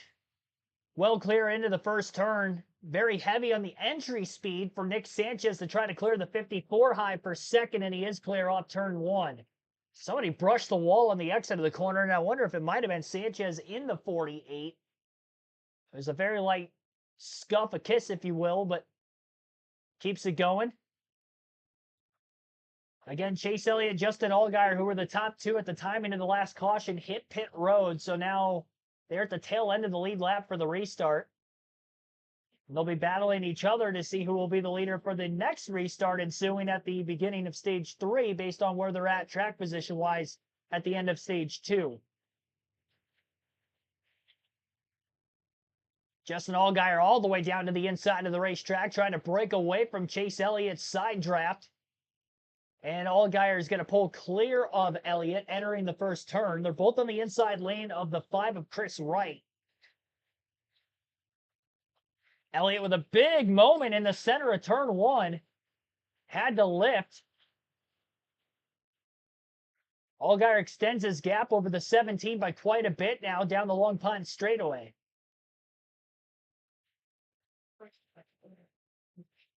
Again, at the front of the field, it's Connor Zilic out ahead. He's got a half a second gap to Nick Sanchez in second. Third place on the restart is Taylor Gray. Ryan Sieg fourth, and Jesse Love rounds out the top 5. 3 laps to go in stage 2 this time by.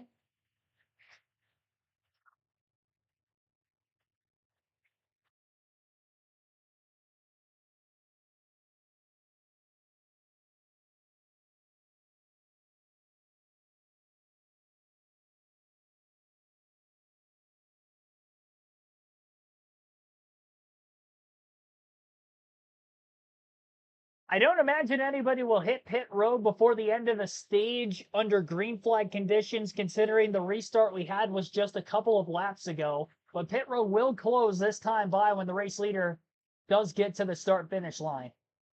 And that race leader is still Connor Zilic. Brandon Jones, who won stage 1, was caught up in an incident early in stage 2. Jones does remain in the race. And he's actually back up to 13th, so it doesn't seem like his car is hurt all that badly. Chase Elliott actually looks to the inside of Brandon Jones for that 13th place position down the front straightaway. Hanging on the left rear corner panel, tried to side draft and pull alongside. Elliott will dive and make the pass in turn 1. I don't think Elliott's going to be able to get back in the top 10, but he's going to get close to it. It's a couple spots out of it for right now. Lap and a half to go in stage 2. And he's quite a way ahead of Justin Allgaier, who has not been able to get through traffic as well as that 17 car in front of him has. Or I should say the other way around, that Justin Allgaier is getting through the traffic much better than the 17 of Chase Elliott. I apologize for that. Allgaier is actually back in the top 10 already, 8th place. Obviously, there's a fresh tire advantage to those that just hit pit road as well that we're seeing really for the first time on a restart where drivers stayed out. Not that many green flag laps on their tires, but they did stay out nevertheless. And that could be some of the difference in why Elliott and Allgaier are moving through the field as quickly as they are, on top of the fact that they have some of the faster cars in the field. Especially for the 17 of Elliott, who dominated whenever he was out in front in stage 1. Taylor Gray for second place on Nick Sanchez entering turn 2. An aggressive side draft on the right rear corner panel by Sanchez, but he's not able to hold on to that spot. Gray will take over second now and tries to block Sanchez down the next straightaway entering turn 3. Sanchez slips back to the inside. Final corner of the final lap of stage 2. Connor Zilic will win the stage. Taylor Gray going to hold on for second, clear of Sanchez off of turn 3. Jesse Love comes in 4th, and Christian Eckes will round out the top 5 in stage 2. Ryan Sieg 6th, Justin Allgaier 7th, Sammy Smith 8th, Carson Kvapil 9th, and Jeb Burton will round out the top 10.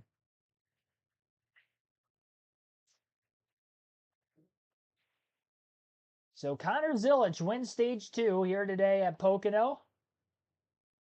Great road course racer. I would imagine a track like Pocono could work out well for him. Some of these drivers tend to shift down in turn 1. Even in the old cars that we saw in yesteryears, shifting was a normality here at Pocono Raceway. Definitely going to see that with the next gen and the Cup race tomorrow. Coming into the day, Connor Zilic has led for 206 laps this season, third most of the Xfinity Series regulars, fourth most entirely in the season, considering Kyle Larson, who only running a few races this year, has led for 440 laps, which is the second most in the NASCAR Xfinity Series. Third stage win of the year for Zilic, so this is playoff point number 8. His only race win was back at COTA in the third race of the season.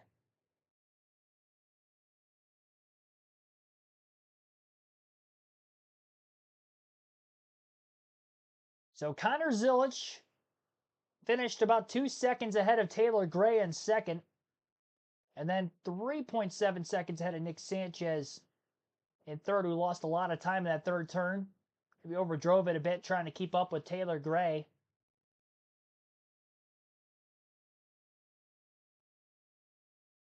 Tried the crossover move and it didn't work out for him, but Sanchez obviously well ahead of the fourth place car to at least hold on to third, so it was worth the risk as long as he didn't wreck the car, which he obviously didn't. And everybody else that stayed out of the pits will now have the question as to whether or not they are going to pit during the stage break or try to stay out and extend the final fuel window, which I would imagine the fuel window to the end of the race is going to open up with a little less than 40 laps to go. By the time we get to the next restart, we should have about 46 or 47 laps left in the race, beginning stage 3, which is 50 laps in length entirely.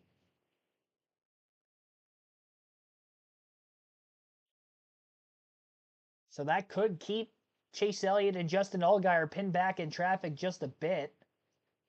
Again, Allgaier got back up to 7th and Chase Elliott to 12th on this most recent restart.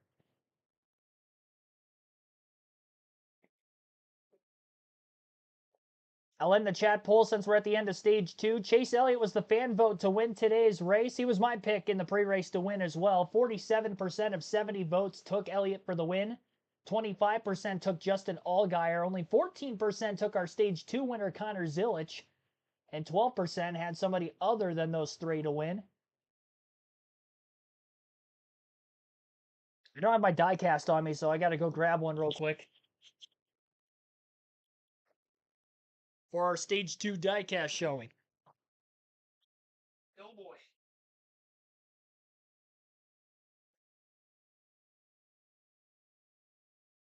I knew of the one I was going to grab today. I just didn't grab it before the stream started.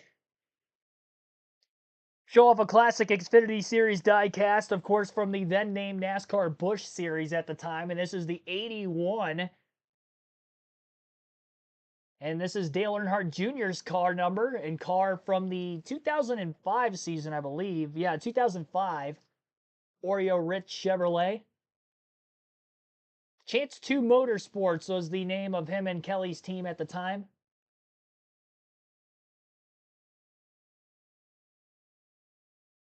Dale Jr. again on the pit box, crew chief in the 88 of Connor Zilic today. And Zilic just won stage 2, so why not show a Dale Jr. diecast off from his time in the Xfinity Series. I still want to get one of his Hellman cars that he's ran the last few years, particularly the Bristol car from a couple years ago, just because I was at that race. And I also got to get the Wrangler number 3 he drove at Daytona back in 2010 also. I've seen that diecast. I just haven't pulled the trigger on buying it yet because every time I've seen it, it's been like 70 bucks. And a lot of these older diecasts I buy are pretty cheap, so I'm seeing if I can kind of hold off on it and get it for a little bit cheaper than that down the line. But that one I'll definitely be able to get. Carl Nieswinger, thanks for tuning in. Kyle Riker, thanks for tuning in. Also, Mike G, a couple of newcomers into the chat. People actually watch me do this. Yes, people do actually watch me do this. Every weekend, live commentary right here on the channel. It's just another avenue, another platform to listen to what's going on with the race at all times. Got commentary like this every NASCAR race weekend, truck, Xfinity, and Cup races, as well as Cup practice and qualifying. Pit road is open. A lot of the teams that would have stayed out to get the stage points at the end of stage 2 are on pit road right now. Winning that race out of the pits was the 48 of Nick Sanchez, and that team's been pretty good in the pits. They've won both races off of pit road so far. And this has been one of Sanchez's better runs of the year. He's been top 3, top 5 pretty much this entire race. A lot of stage points today for the 48 bunch, which is huge because he came in on the playoff bubble and he was on the outside of that looking in. The deficit he had to Taylor Gray for the final playoff spot was only 15 points coming into the race today. Gray scored quite a bit of stage points too, but not as many as Sanchez. It's going to be a good battle for that last spot through the summer months here for the Xfinity Series. There's a lot of teams that are outperforming their equipment here early in the year, like Jeb Burton for Jordan Anderson Racing, having 5 top 10 finishes this season. He's 9th in points right now.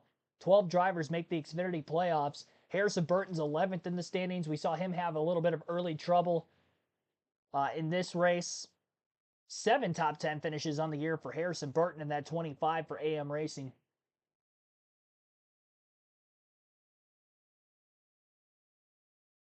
You serve too. Thanks for tuning in.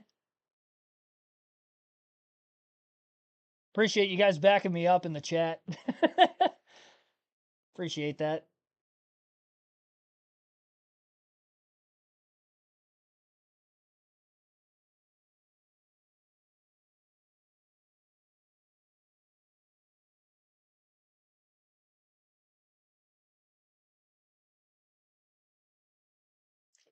Yeah, I kind of figured there were a lot of people at work during the truck race yesterday, considering it started at 5 o'clock in the afternoon on a Friday. Probably going to be the case next weekend for Cup qualifying at Atlanta. That is going to be Friday afternoon.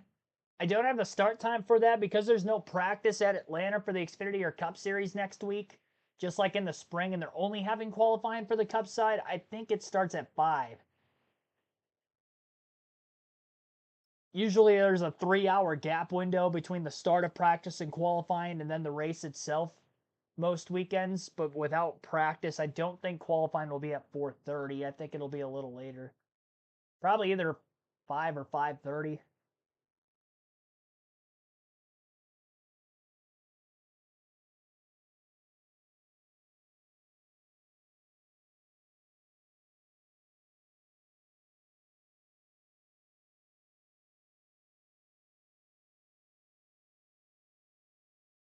Yeah, I mean, the weird thing is when you're listening to a regular TV broadcast, they have all the stats, if not more than that, than what I have. I have a lot more in-depth stats for the Cup races because I do my own research on each driver going into the weekend. It usually takes me a few hours on like a Friday or a Saturday in the build up to qualifying, which I didn't get to put on full display today because of the technical issues I was having during qualifying, unfortunately. But I still have all those notes for the Cup race tomorrow, how they performed in their careers at that particular track they're going to on top of this season's success or lack thereof. So it's a lot easier to highlight on that. I don't do that much research for the Xfinity and the truck races. If I did all that research, it would probably take me a good, gosh, I don't know. It'd probably take a good 6 to 8 hours throughout the week if I did all 3 series. Because it takes me 2 to 3 hours to get the Cup stuff ready.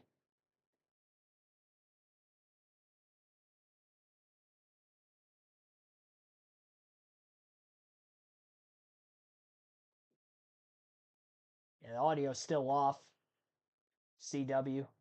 They're interviewing Dale Jr. in the pit box of the 88 right now, but we can't listen to any of that, unfortunately.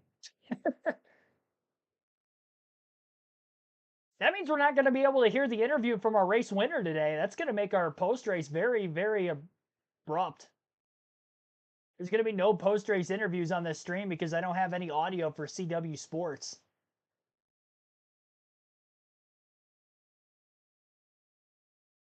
It's been a weird day for me when it comes to how these streams have operated with the lack of visuals earlier for my end on Amazon Prime Video and then the audio issues of CW Sports.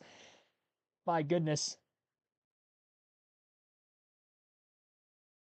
Federico Sanchez, thanks for tuning in. All right, they'll be restarting this time by Connor Zilisch and Jesse Love stayed out of the pits. Zilisch, Love, Eckes have not pitted since the end of stage 1. Love actually pitted under green on lap 22. Eckes and Zilisch at lap 28 during the stage caution. That was the last time those three have been to pit road. And then Justin Allgaier, Chase Elliott will be 4th and 5th. They hit pit road during the second to last yellow, which came with about 8 or 9 laps to go in stage 2. So around lap 42, 43, they pitted. And then everybody else who just cycled off of pit road, Nick Sanchez, who won the race out of the pits, will be in 14th on back. So the top 13 entirely stayed out. 14th on back will have slightly fresher tires. And the oldest tires in the field will be the front 3, who have not pitted in quite some time. Green flag is back in the air. Stage 3 is underway. 44 laps to go at Pocono for the NASCAR Xfinity Series. Love and Zilisch door to door for the lead as they enter turn 1. Love on the inside, Zilisch on the outside of that first row. Jesse Love slides into the corner. Big wiggle. He's going to lose the nose of his race car, and Zilisch has the run on the high side as they're still door to door for the lead. Justin Allgaier into 3rd place. And he's got to run after Jesse Love for 2nd, who had to pull back into that outside line and catch the draft off the 88, who cleared him down the Long Pond straightaway. 2 and 3 wide, middle of the pack. Through the tunnel turn still, but they'll get through unscathed.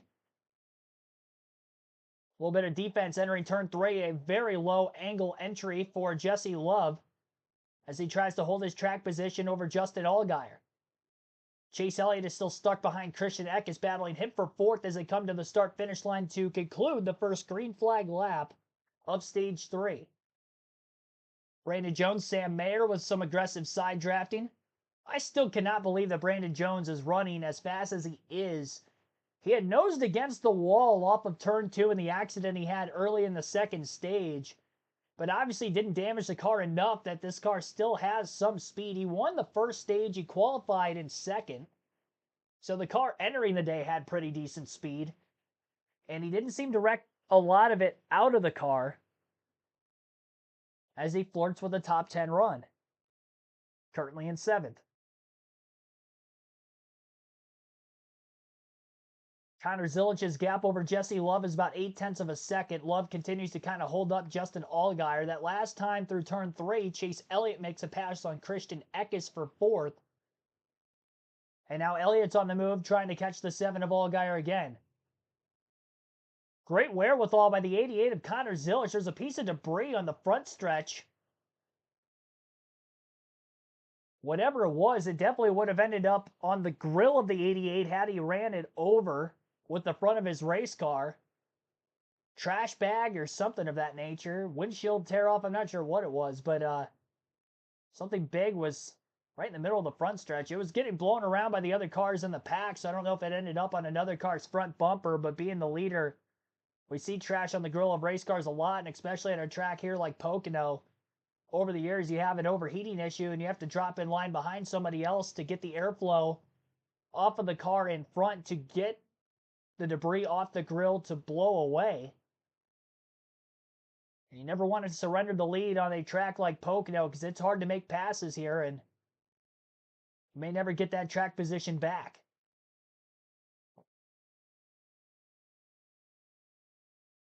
Zilich's lead is now 1.2 seconds over Jesse Love.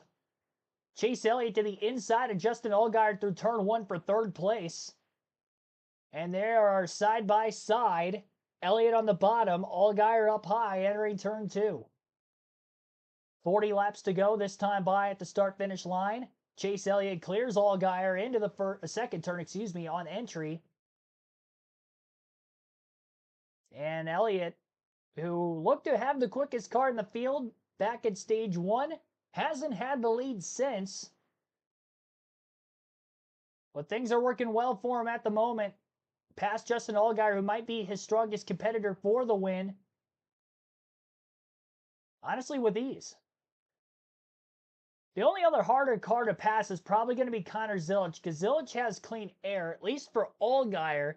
He was working with just as much dirty air as Chase Elliott was for Elliott to make the pass on Allgaier for third with the two of Jesse Love right in front of both cars. Allgaier's still struggling, though, because now he's losing time to not only the 17, but the 2 car of Love also. And Love has older tires than that of the 7 and the 17.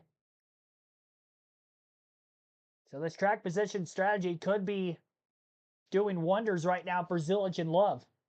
Their tires aren't that much older than Elliott's and Allgaier's, maybe 5 laps or so of green flag action at the most, and then about another 5 or 6 laps of green flag laps less on their tires than those who would have pitted during the last yellow. Nick Sanchez is the highest running of those that pitted during the caution for stage 2. He is in 9th, and he has picked up 5 positions since the restart. Big run in the draft for Elliott on Love. Into the first turn, Chase Elliott swings wide. And I don't think that was by design, because he lost time, and now a big run coming from Justin Allgaier, who has caught back up to these two after the slip up by Chase Elliott.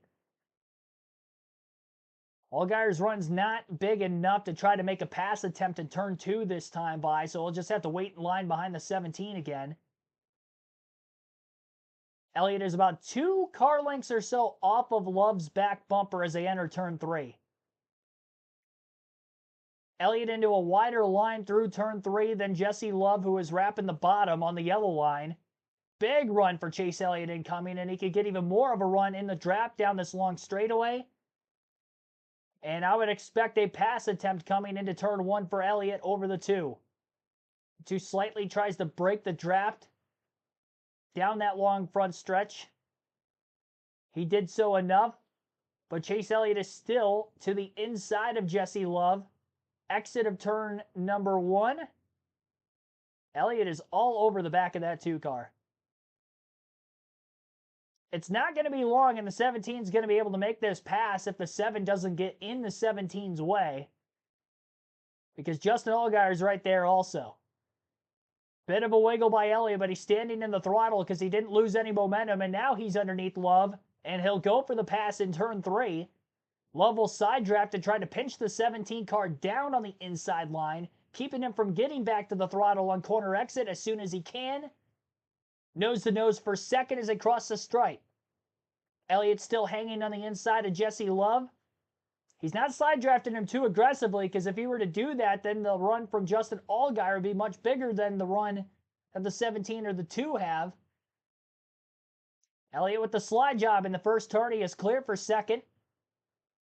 Jesse Love going to try to keep the momentum up and attempt a crossover down into turn 2, but it doesn't look like he got off turn 1 well enough to be able to do that. And so Chase Elliott will hold on to position number 2. Elliott still has the fastest lap of the race, and it's still the lap time that he put down on the second lap of this event, 54.892 for Chase. Nobody has ran a faster lap since, and considering Elliott is making passes and is now on his way to second and will look after Zilisch for the lead.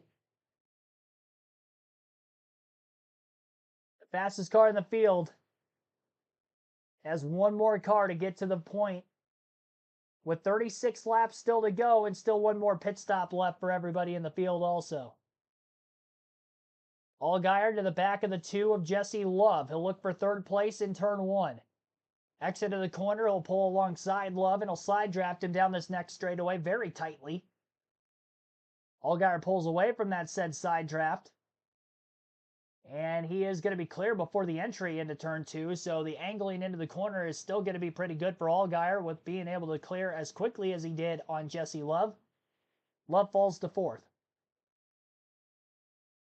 Taylor Gray up 10 positions since the restart and is in 5th. He hit pit road during this last caution, and he's actually ahead of even where Nick Sanchez is, who also hit pit road during the yellow and is up 5 spots. Ryan Sieg, who was in the pits during the stage yellow, is in 8th, up 9 positions. That last lap, Taylor Gray ran a 55.784. That was faster than our race leader's time by about 0.3 of a second. though it was about a tenth off of what Chase Elliott ran, which was a 55.65 in second place. Carlos Cortez, thanks for tuning in. If Chase wins, Allen has to go. Why? Because he's not crew chiefing today? I mean, we've seen Byron and Larson win in the 17 car already this year, so I don't think him winning without Alan Gustafson on the boxes in an Xfinity race is a deterrent as to Alan Gustafson leaving the 9 team. I know there's been a lot of fans that have been clamoring for Alan Gustafson leaving the 9 team. Really, I started hearing that since like the middle to end of last season when Chase Elliott wasn't looking like the original Chase Elliott by way of winning races. But I mean, he's been top 5 in points all season. And if you keep putting yourself in positions where you're running consistently at the front of the field, you'll end up falling into or, backing into a win at some point. Which is just kind of the speed that they've had this year. They haven't had the blistering speed that, say, like a Denny Hamlin or a William Byron, Kyle Larson have had this season where they can go out and win any given week, but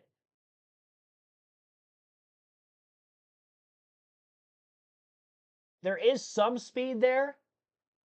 And I think another deterrent as to the lack of wins for Chase Elliott is that skiing incident, that he had in Colorado a couple years ago at the beginning of the 2023 season when he missed those 6-7 races. He came back. He didn't win the rest of the year. He won at Texas last season pretty early in the year, and that's the only win he's had. He has one win since he had that snowboarding accident, and I'd almost kind of factored that into the lack of wins that Chase Elliott has had, or the lack of speed that the 9 team has had more so than anything else.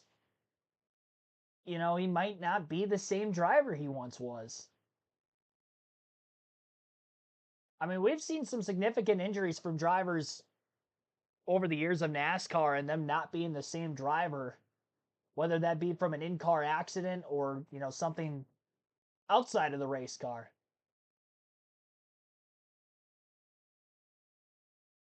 That's my personal opinion. I don't see that opinion getting thrown around a lot, but I think that is a huge factor that isn't being talked about enough when it comes to Chase Elliott's performance lately. So all the cars who have not hit pit road since the end of stage 1 are now in the pits at the same time. Fuel window seems to be open to the end of the race with where we're at currently. 32 laps left. Connor Zilisch, Jesse Lover in for their 4 tire stops. So they will be able to make it on fuel to the end of the race from here. Zilisch is gone and away. And now he's going to have a fresh tire advantage for a lap or two over Chase Elliott for however long it takes before Elliott hits pit road. So I'll monitor the lap times that are going to be ran by Zilisch when he gets up to speed on fresh tires to that of our race leader Chase Elliott. And again, we'll have to wait and see when Elliott ends up hitting pit road. There are only a few cars that just came in. So if a caution comes out with those cars that are on the lead lap, Elliott's going to line up about 3rd or 4th right now. So he's not really going to lose a lot of time. So he may stay out for a bit here and then try to get maybe a substantial amount of fresher tires to try to reel the 88 back in on the long run to the end of the race. Because if he only stays out for a few laps, he's going to end up losing more time than gaining on the back half of the run, considering he was about 1.7 seconds off of the leader Zilisch when Zilisch came to pit road 2 laps ago. 30 to go at the line. Our live commentary coverage continues, I should say, here on the CW.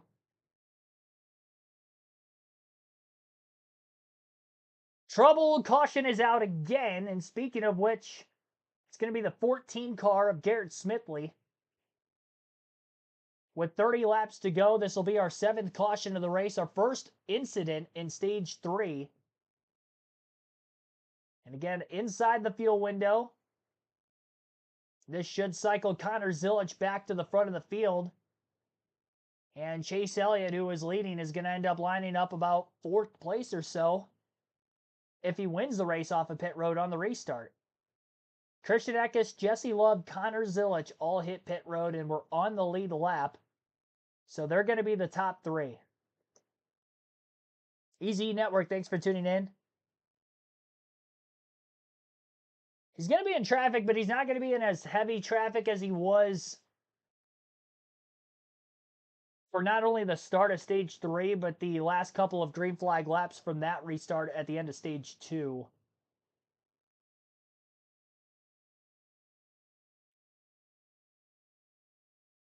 Elliott was about 2 seconds ahead of Justin Allgaier when the caution flag came out, the distance between him and the 7.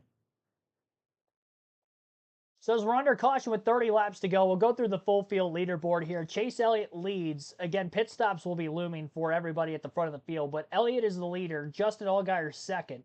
Taylor Gray third. Sam Mayer fourth. Ryan Sieg fifth. And Sammy Smith in sixth. Nick Sanchez seventh. Jeremy Clements eighth. Carson Kvapil ninth. And Dean Thompson 10th. Sheldon Creed 11th. Harrison Burton 12th. Anthony Alfredo 13th. Jeb Burton 14th. 15th for Brennan Poole.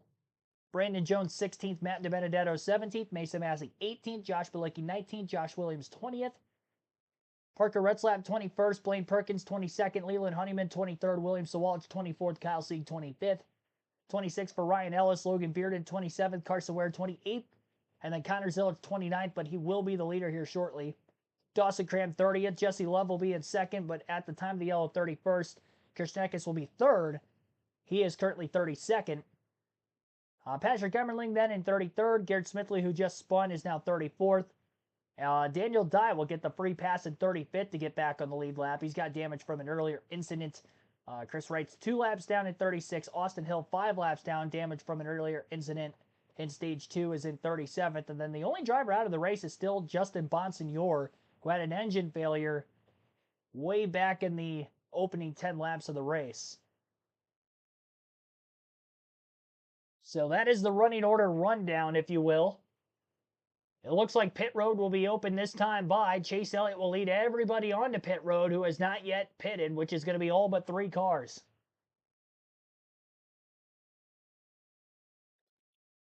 I'll let you listen into the pit stops.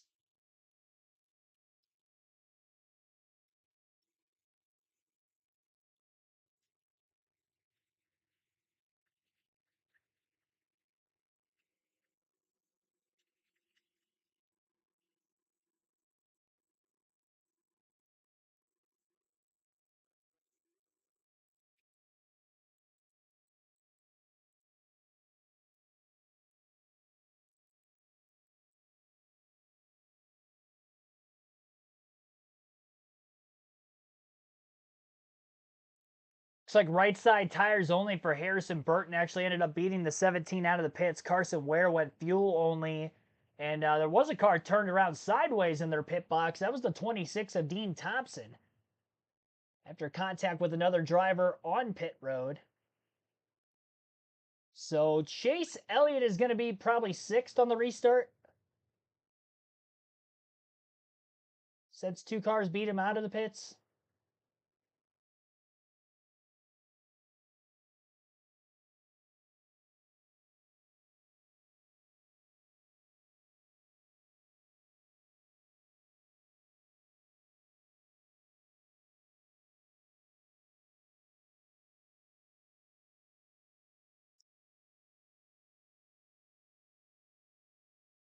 You're that fast, probably just pit with the leaders. Yeah, I mean,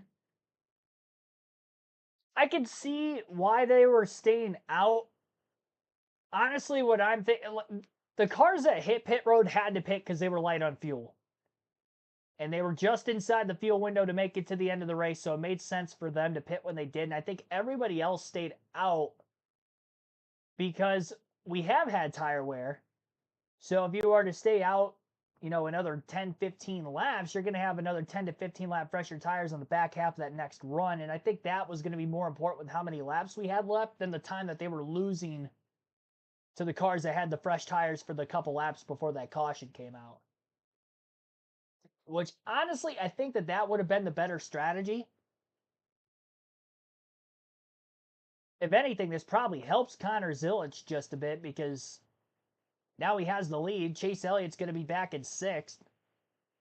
for the restart. He's going to have to try to pass a few cars just to get back up into second and then try to run down Connor Zilic, assuming Zilic gets a good launch in the restart zone and he's able to get the lead with ease over Jesse Love, who will be right there with him.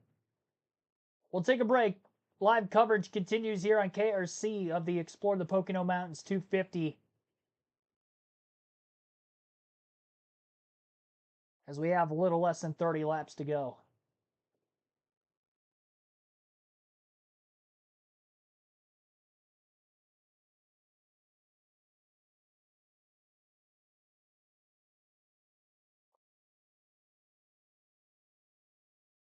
Yep, tomorrow is the last race on Amazon Prime Video.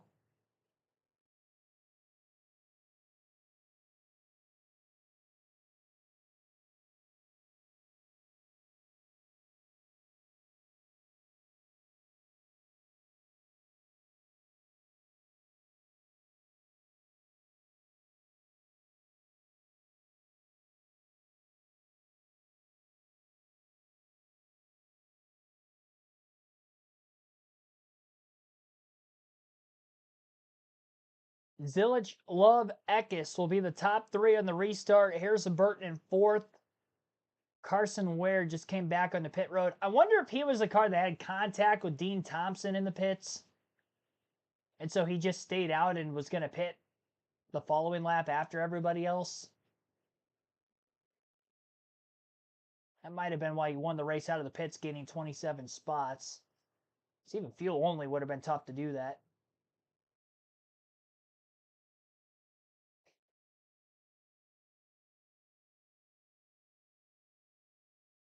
Zilic on the outside of row one. Jesse Love will be on the bottom of that first row. Chase Elliott is going to be on the inside of row two behind Jesse Love. Christian Eckes on the outside. Elliott gets a good enough of a launch and maybe even a push from Justin Allgaier in the 7. Can he take it 3 wide for the lead entering the first turn? We'll have 25 laps to go in the restart here at the Pocono Raceway. This will be the longest green flag run to the end of this race. Longer than any other green flag run we had in the race up to this point. So the likelihood of seeing another caution based off of that statistic is pretty high. I don't think we've seen the last yellow yet. 7 lead changes, 30 laps under caution out of 75 completed today. Quite high.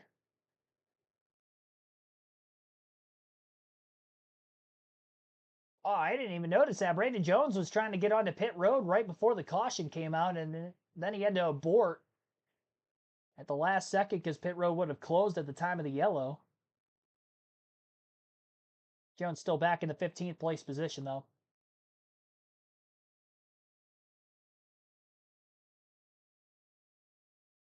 Gregory Bradley, thanks for tuning in. 25 laps to go.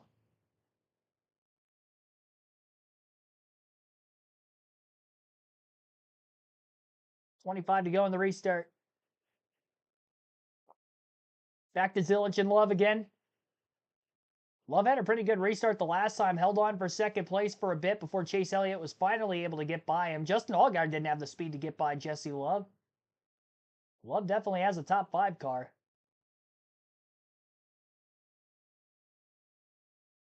Green flag in the air. 17 of Elliott pushing Jesse Love. And it's a big push.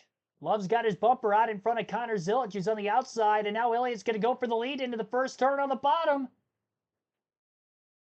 Love slides up the racetrack just a bit, forcing the 88 to have to lift. And Connor Zilic loses a ton of time on the restart as he falls to 4th. Justin Allgaier to 3rd, and Chase Elliott comes out with the race lead. Elliott ahead of Jesse Love heading into turn 2.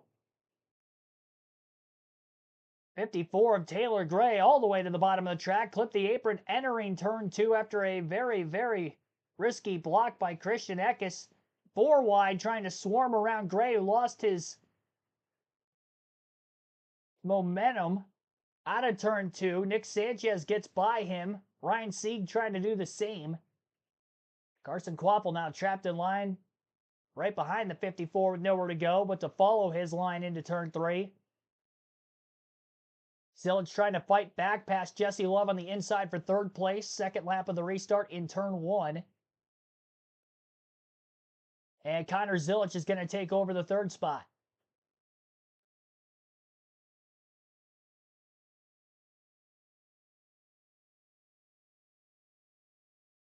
Here's Burton in the 25 trying to hold on after going with right side tires only to get himself back up in the top 5. He is currently in 9th. Lost a few positions on the restart, but we'll see how far he can hold on. Again, he's just inside the playoff cut line coming in, so he doesn't want to bleed too many positions.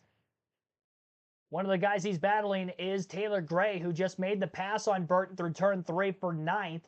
Carson Quapple trying to do the same for 10th place. Quapple getting a push from behind, and Ryan Sieg up the middle 3 wide. What a move by Sieg as he splits the 25 and the 1. He had a little drafting help as Jeb Burton also followed him in that same hole. Burton slides up the track, though. He's going to give that spot right back up to Quapple, but he does remain in front of Burton in the 25. Now Harrison Burton getting a push from the 20 rather, of Brandon Jones. He used to drive the 19. Not enough momentum, though, for Harrison Burton to get underneath of Jeb Burton per position.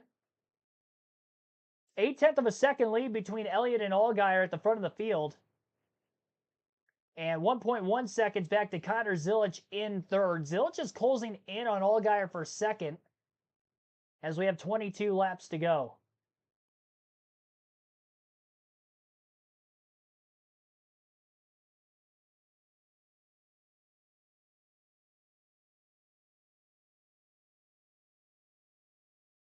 Zilich a little bit lower line all the way through turn 1.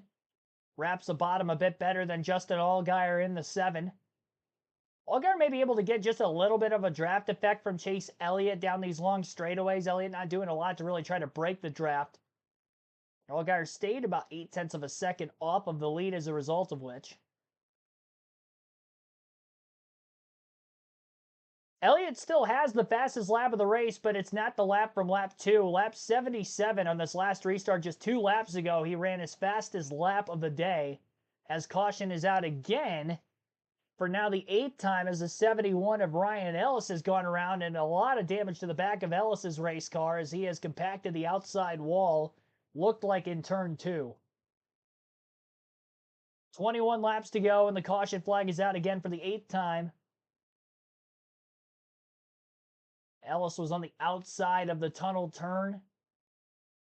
Dean Thompson in the 26 had his car slip out from underneath him and unfortunately washed up into the left rear corner panel of that 71, which forced Ellis to have to spin and back it into the outside wall. So, innocent bystander there for Ryan.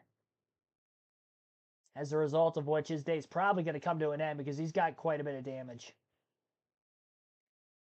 He'll only be the 2nd car out of the race today if he can't continue.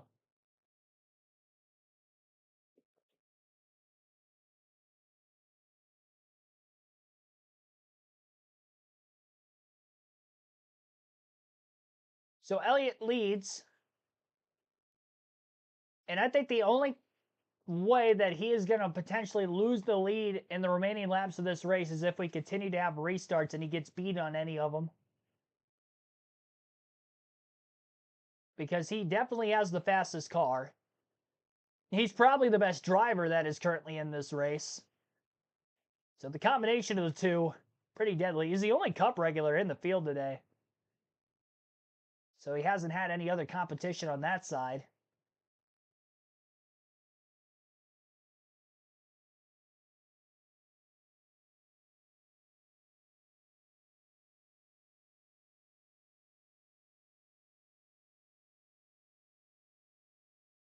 I think the longest green flag run might still be the 11 laps back in stage 1. How many did we go in stage 3? It might have been a little bit longer than that at the beginning of this final stage. Restart was lap 57, I think I saw. 57, caution at lap 71, 14, yeah. So 14 laps is the longest green flag run of the race, which was the start of stage 3.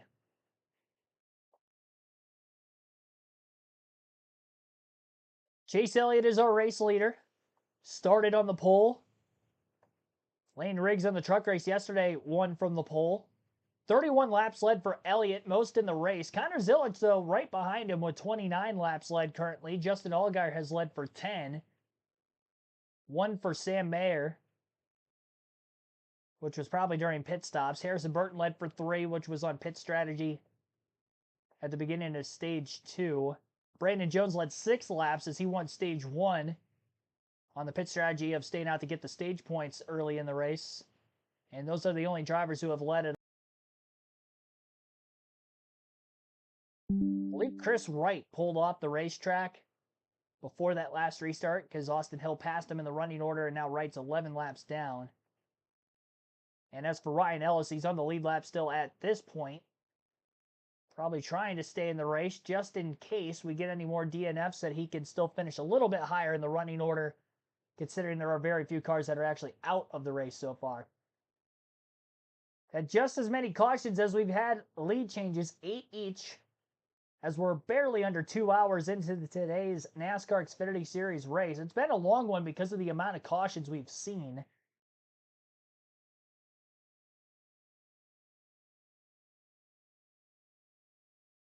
Truck race yesterday was 80 laps, and I think that was less time than it took to get to 80 laps complete in today's Xfinity race, considering we've had a few more yellows already than what we had in the entire truck event. But again, best lap for Elliott, lap 77, so the fastest car in the field has only gotten even faster with whatever adjustments he made during the last pit stop. Now, Connor Zilic also ran his fastest lap at lap 77, and the same goes for Justin Allgaier, but they still weren't as quick as Elliott. Elliott did have the clean air advantage, which probably helped him run just a slightly faster lap time. Top of the fact that he's just been a little bit quicker than those 2 cars behind him. Those are my 3 favorites for the win today, which is why they were the 3 in the chat poll, and here they are all 1, 2, 3 late in the race. All for Chevrolet. In fact, Chevy locking out the top portion of the running order right now. Top 6 spots are all Chevys. Sam Mayer of Ford in 7th. Highest running Toyota is 11th of Taylor Gray. No Toyotas in the top 10.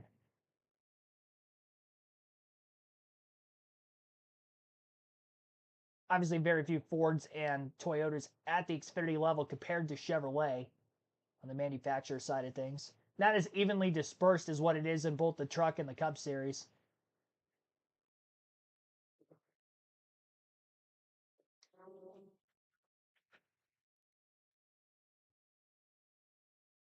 I was checking the audio, and there's still no commentary for CW.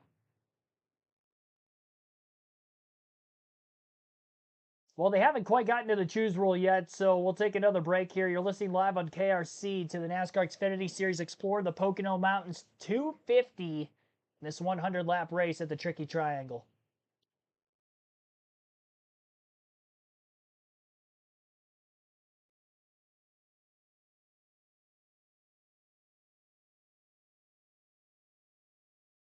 We'll be live for tomorrow's NASCAR Cup Series race at the Pocono Raceway at 1:30 p.m. Eastern tomorrow afternoon.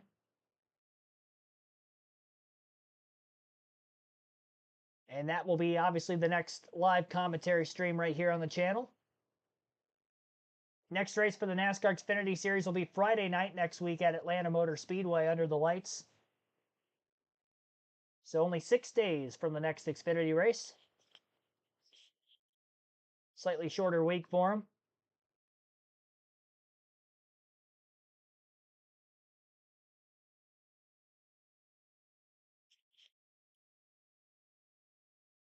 If it stays green, Chase is going to be hard to beat. I agree with you.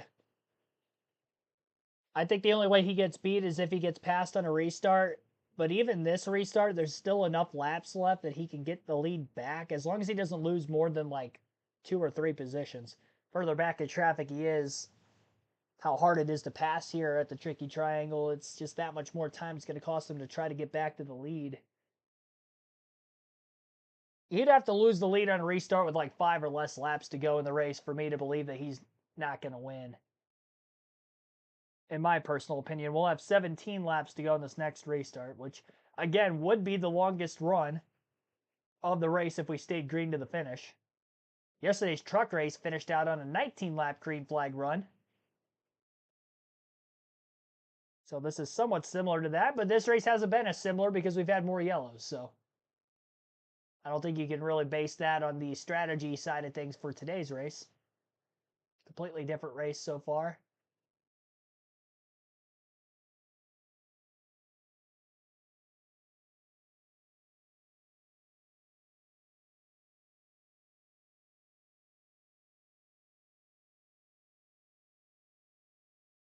So with the lights out on the pace car, field in the middle of turn 3.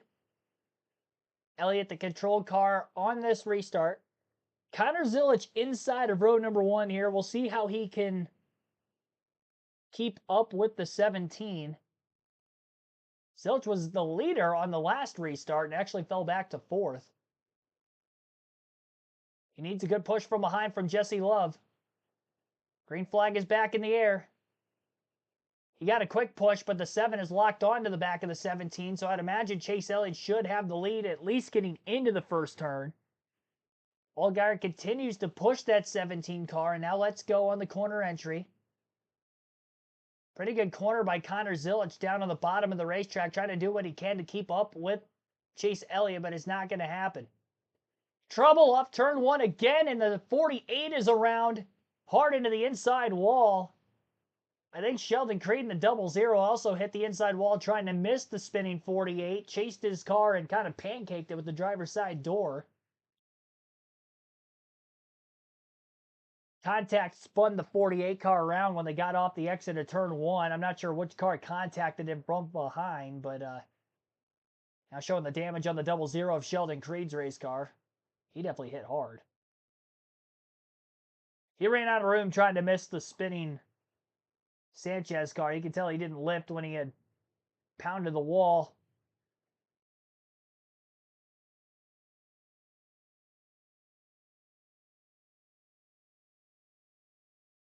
He was committed to staying in the gas and trying to race around it. I don't really think there was a right or wrong answer to what he could have done there. So Sanchez was 3 wide in the middle between Carson Kvapil and Taylor Gray. Gray was the car on the bottom. And he had contacted the left rear of Sanchez's race car, and that's what caused Sanchez's car to slip out from underneath him. Looked like he had it saved and then overcorrected and then back to the left again.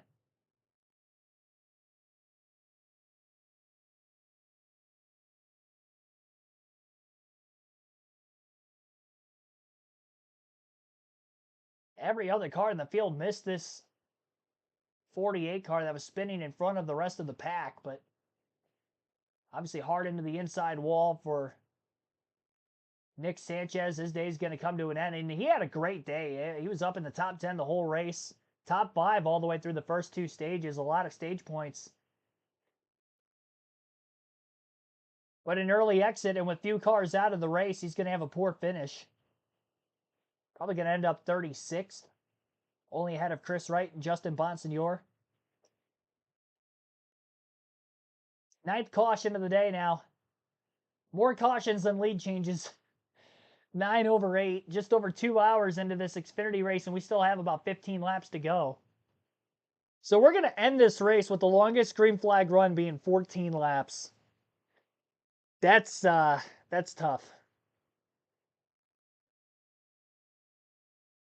I know it's a bigger oval, but that's not a lot of green flag racing. I mean, we might have 50% of this race under caution. We're at 35 laps right now. I think it's going to be just less than 50% unless we go into overtime.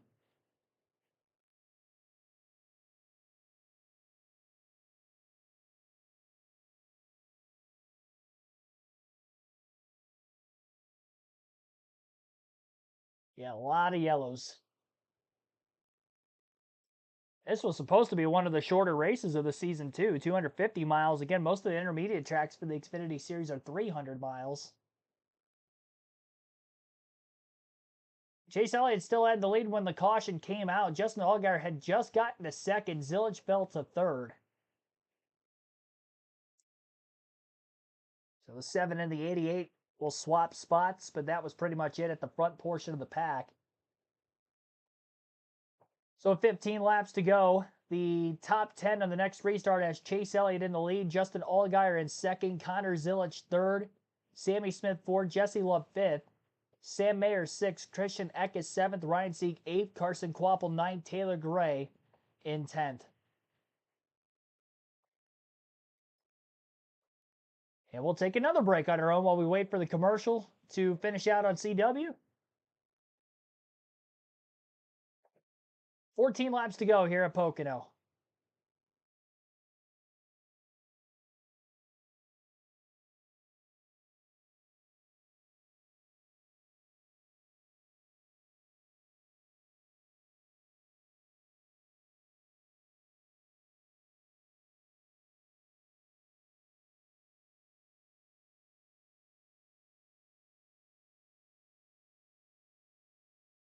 Alrighty.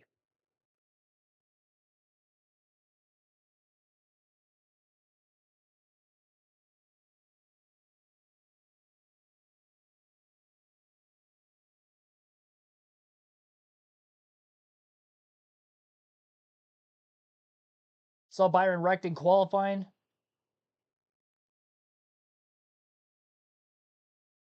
Yeah, he'll be starting deep in the field. Not a good qualifying session for Hendrick Motorsports earlier today. Chase Elliott in 18th has the best starting spot of any of the 4 HMS cars for tomorrow's race. Bowman and Larson, 24th and 25th, and then Byron outside the top 30 after spinning on his qualifying lap. So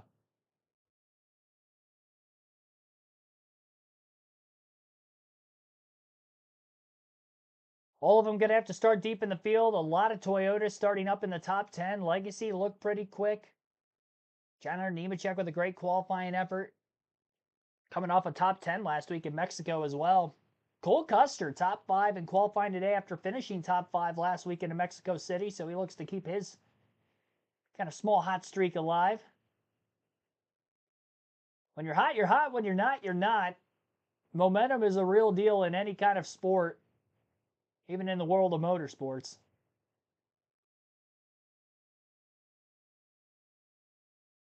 Kyle Busch going to be in the CW Sports booth for next weekend's race at Atlanta. Ryan Blaney's in the booth today, but he didn't get to hear any of it because the audio sounds like this.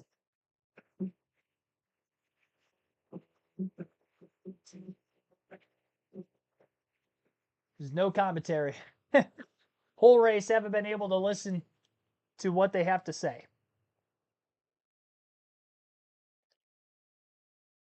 Allgaier going to take the inside of row 1. Zilic outside of row 2 behind the 17 of Chase Elliott, who is obviously outside of row 1.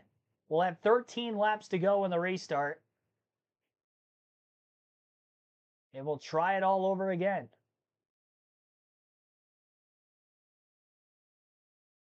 Green flag back in the air. Elliott and Allgaier. Outside lane has definitely been more preferred, especially off the exit of turn 1. Jesse Love pulls out a line on the 7. The 7 drives it in too deep, though. He washes up the track into the 17, and neither Elliott or Allgaier have the lead. It's Jesse Love who's out in front off of turn 1. Well, that's one way to throw a race away. Justin Allgaier falls out of the top 10. Chase Elliott is outside of the top 5. Waiting to see where he cycles in as Jesse Love leads the race. Christian Eckes to second and Zilic is third. Justin Allgaier just sailed it way too deep on corner entry into turn 1. He washed up into the 17. They both go wide out of the groove. Elliott is in 6th as he looks to get back to 5th, passing Sam Mayer. Can't quite stay alongside of him there, but he's got ground to make up with 12 laps to go.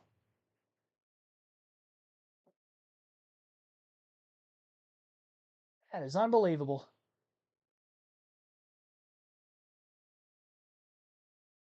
Love was on the inside of row 2 on the restart. Zilic kind of had to back up the middle of turn one with those two cars washing wide in front of him. I'm surprised he was able to hold on to third. Would have expected him to lose a little bit more momentum than he did. He's kind of able to cut three wide up the middle between Ryan Sieg and Sammy Smith, who initially had gotten around him and pursued his way to getting right back up there again. Elliott just overdrove turn two, lost another spot. Big wiggle for the 17. Ryan Sieg goes by, Carson Kvapil goes by, and Chase Elliott on the bottom lane of turn three. Is he coming to pit road? Does he have a tire down? He does not come to pit road. He just made a mistake, overdriving the car, trying to get back to the front of the pack, and Chase Elliott is bleeding positions. 9th place now with just 11 laps to go. Allgaier's just another spot behind him in 10th. And it's going to take an utter miracle for these two to get back in contention for the race win. Allgaier overdrove the entry to turn one again. He just gave up a spot to Jeremy Clements and the 54 of Taylor Gray in turn one.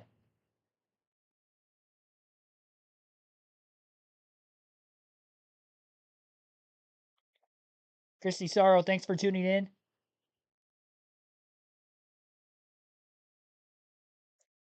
Agree with my reasoning on Chase Elliott's performance. So you talk about what the injury from a few years ago?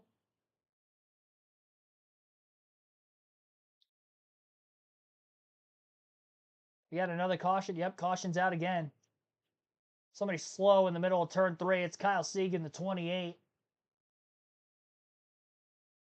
I'm not sure if that warranted the yellow or not. It looks like we're still green. 10 laps left.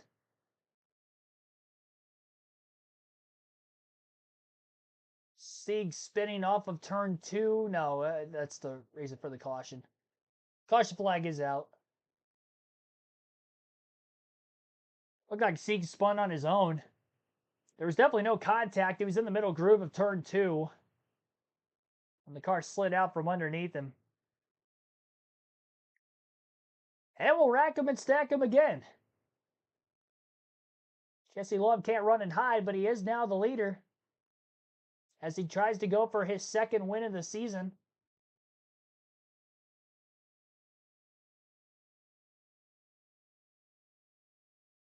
Jesse Love has not won since the season opener at Daytona.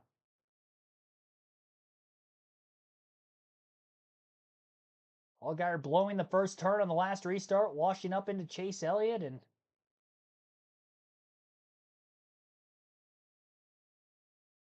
going to cost them both. Elliott's in 8th place. Justin Allgaier in 10th at the time of this caution with about 10 laps to go. 10th caution of the race.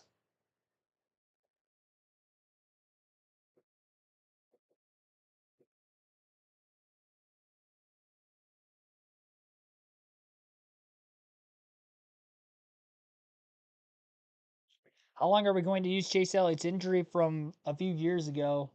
Excuse his poor performance. I mean, if it lasts the rest of his career, I mean, there's really no. I don't look at it as like an excuse. I mean, there's no reason how you can go from making championship fours year in and year out to not winning any races anymore in the time frame of before and after his injury.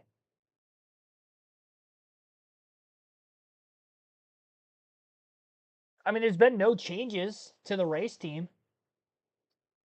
And you can almost kind of factor, it's like, well, he hasn't been performing as well with the next gen car, so maybe it's the car from Gen 6 to Gen 7. I would almost argue that that is not the case because in 2022, Chase Elliott won the most races that season, which was the first year at the next gen. The only driver who won just as many races was Logano if you count the exhibition races, but not counting exhibition races, Chase Elliott had more wins that year.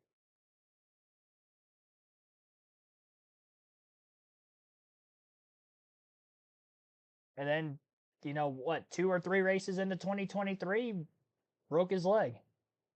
So I mean, that's my belief.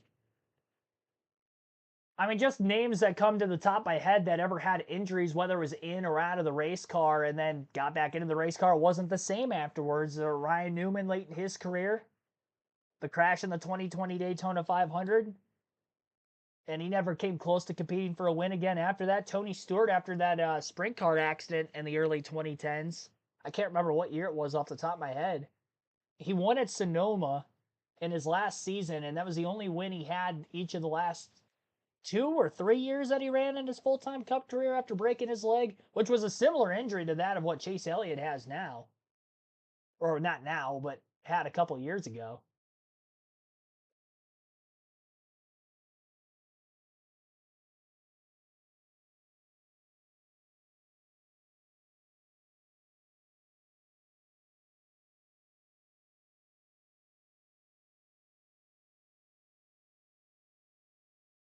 He's top 5 in points. Why would he retire? Yeah, he's not going to retire. I mean, he's been consistent. But when it comes to just having that raw race winning speed, that has been missing from Elliott since before his injury. Or since his injury. Before it, he had. Kyle Busch broke his leg and won the championship. Yeah, I mean, that's really the only driver I can think of off the top of my head who had a severe injury and then came back and was just as good, if not better, after he came back. Brad Keselowski, he raced with a broken ankle and won at Pocono that very next week. He had a crash at Road Atlanta. I can't remember what year that was. I want to say it was like 2013. It was after he won the championship. He won that next weekend. He would still win races, going forward pretty quickly. I mean, he was racing with the injury. He never missed a race. What were Denny Hamlin's stats after he broke his back?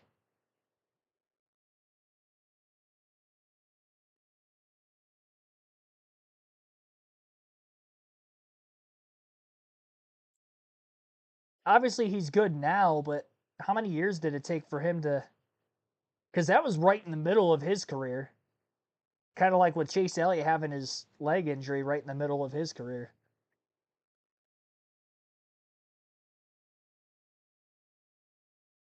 They're still under caution. They haven't gotten one to go yet, so I'm trying to get to the bottom of this.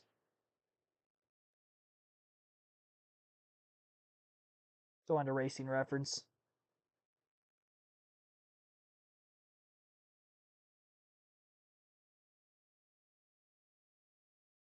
Denny Hamlin.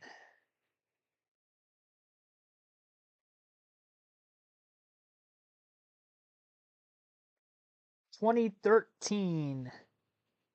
He missed 4 races. He had 1 win. He only had 8 top 10s that year, 4 top 5s. Next season, he also only had 1 win. 2 wins in 2015, 3 in 16, 2 in 17, none in 18. So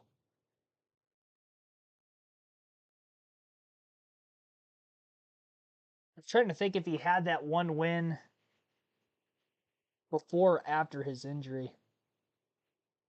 2013, honestly, can't remember. I'm just gonna assume after, because that Fontana race was super early in the year.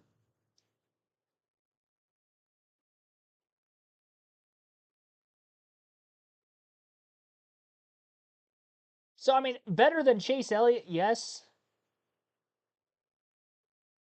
but he definitely didn't win as many races as he did before his injury.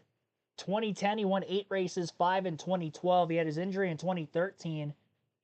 And it took him until 2019 before he won more than 3 races in a season again. And then in 19, he had 6, 7 in 2020, and then he's won 2 or 3 a year since then.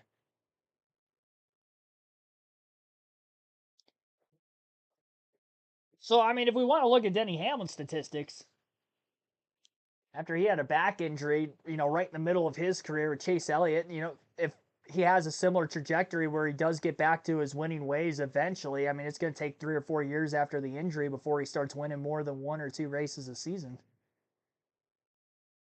Which, I mean, we're in year 3. Year 2, actually. It's only the second year post injury. I don't know. I mean, it's all up for, a subject opinion, but It's not a quick recovery. Can't expect the results instant. Green flag back in the air. 6 laps to go on the race for the checkered flag here in Pocono for the NASCAR Xfinity Series. Jesse Love is our race leader and holds on strong on the restart. Connor Zilic is going to get through to second place off of turn 1 in front of Christian Eckes, who holds clear to the outside on Ryan Sieg the 39. Chase Elliott, who's back in traffic, trying to work his way to the front of the field. Does he have any sort of speed left to contend for the race win as he moves up a couple of positions on the restart?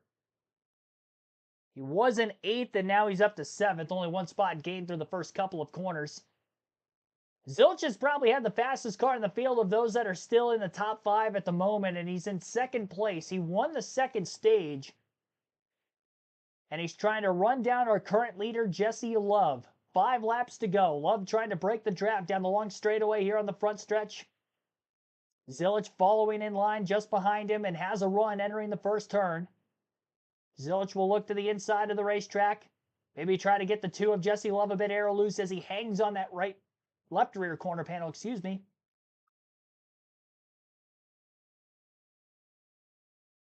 A little bit of ground lost on the exit of turn 1 for Zilic versus Love. Christian Eckes again is in 3rd place, and he's only half a second off the lead, so he's keeping decent pace with these front couple as he's able to stay in the draft of Zilic. And if they get side by side for a lengthy period of time, maybe Christian Eckes can attack from 3rd. Jesse Love trying to drive the wheels off of his car to keep the 88 at bay behind him, but it's not going to happen for much longer. Zilic to the inside on the front stretch. Side by side for the lead at the line. Zilic will lead that lap at the line, but he is not clear yet. And the side draft game back and forth between the 2 and the 88 continues as they enter turn 1. Jesse Love is holding strong on the outside for now, but not anymore as Zilic is out in front and clear off of turn 1 for the lead. Connor Zilic out in front with about 3.5 laps to go at Pocono. Christian Eckes on the attack for 2nd on Jesse Love now. And Chase Elliott's only up to 6th. And he's about 2 seconds off of the race lead yet. Does Jesse Love have anything else for Connor Zilic, or is that going to be all she wrote? Love might have overdrove the car a bit through turn 3, trying to do whatever he could to gain ground on Zilic. Eckes has a big run on him down this front straightaway entering turn 1, and Eckes will go for 2nd. Big block by Jesse Love, and now a 2nd attempt to move to the bottom by Eckes into the first turn. Love will hold that 16 car tight to the bottom of the racetrack, and Eckes couldn't get back into the gas soon enough to make his way alongside of Jesse by the exit of turn 1. Love will extend his gap just slightly over Eckes down the long pond straightaway and into turn 2. Jesse Love's about 0.4 of a second off the race leader Connor Zilic. Zilic entering turn 3 will be coming up on 2 laps to go this time by. That last lap, Zilic ran a 55.63 to Love's 55.873. 56.0 for the 3rd place car of Eckes. Chase Elliott at 55.6 as well as our leader, but he's only up to 5th as he passes Carson Kvapil through turn 3. Elliott's going to need another caution and another restart at least to have any sort of a shot to get to the front. We've had 10 cautions so far today. Our race leader exits turn 1 trying to get to the white flag. Zilic has never won on an oval in his NASCAR Cup career. This oval here at Pocono may be the closest to a road course, but he's been great all day. He won a stage. He's been top 3 all day long. We've seen him improve on ovals throughout the course of the 2025 season as the season grows further and further. And that's only going to continue as he's in the same car every week and as we go to tracks for more than one time later in the season as well. Exited turn 3 here for Connor Zilic. White flag in the air, 1 lap to go. He's got about a 0.4 of a second lead over Jesse Love. Love ran him down just a bit through turn 3 there. Zilic trying to break the draft. Eckes loses time to Jesse Love as well. Chase Elliott will pull out of line to try to make a pass for 4th on Ryan Sieg into turn 1. Love glued to the yellow line on the bottom of the track and about a lane off of it is Connor Zilisch through the first turn. Good ground gain by Jesse Love. He's about 3 to 4 car lengths off the back of the 88 as they get through the tunnel turn. Elliott was clear, by the way, for fourth on Ryan Sieg out of the first turn. He's got his eyes set after Eckes for third. He's got a couple car lengths to try to catch him for that spot. Jesse Love loses a bit of time through turn 2 to Zilisch. And Zilisch has about a 5 car length lead entering turn 3. Checkered flag in the air for the final time for today, or the first time really today because it's a checkered flag. But anyway, checkered flag is waving and Connor Zilisch is going to win at Pocono. First career oval win for him. Dale Jr. as a crew chief for the first time ever is going to win from atop the pit box. And the second win of the season for Connor.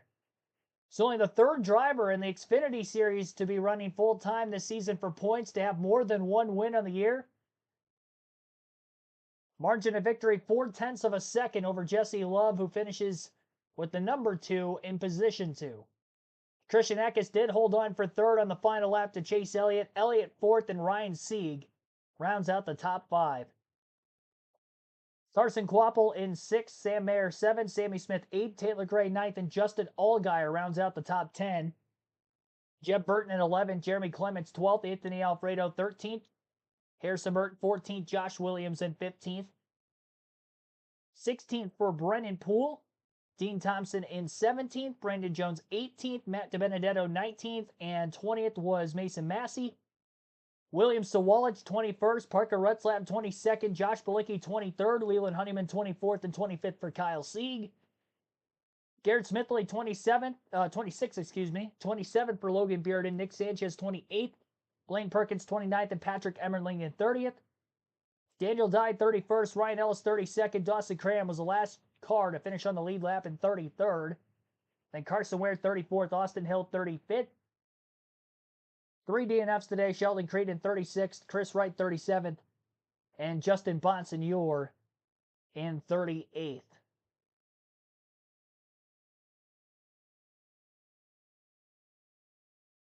So that is the finishing order. How did Nick Sanchez finish the race? In 28th after he hit the wall as hard as he did off turn 2. That doesn't make any sense that he was able to pass guys like Patrick Emmerling, Blaine Perkins, Ryan Ellis, and Dawson Cram at the end of the race. The heck? I swear he was done for the day after he had nosed against the wall as hard as he did. Crazy.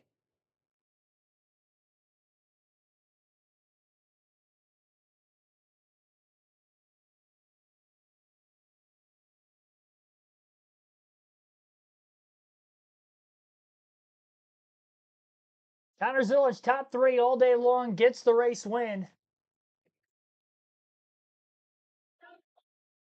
I don't know if you're going to be able to hear the interview or not.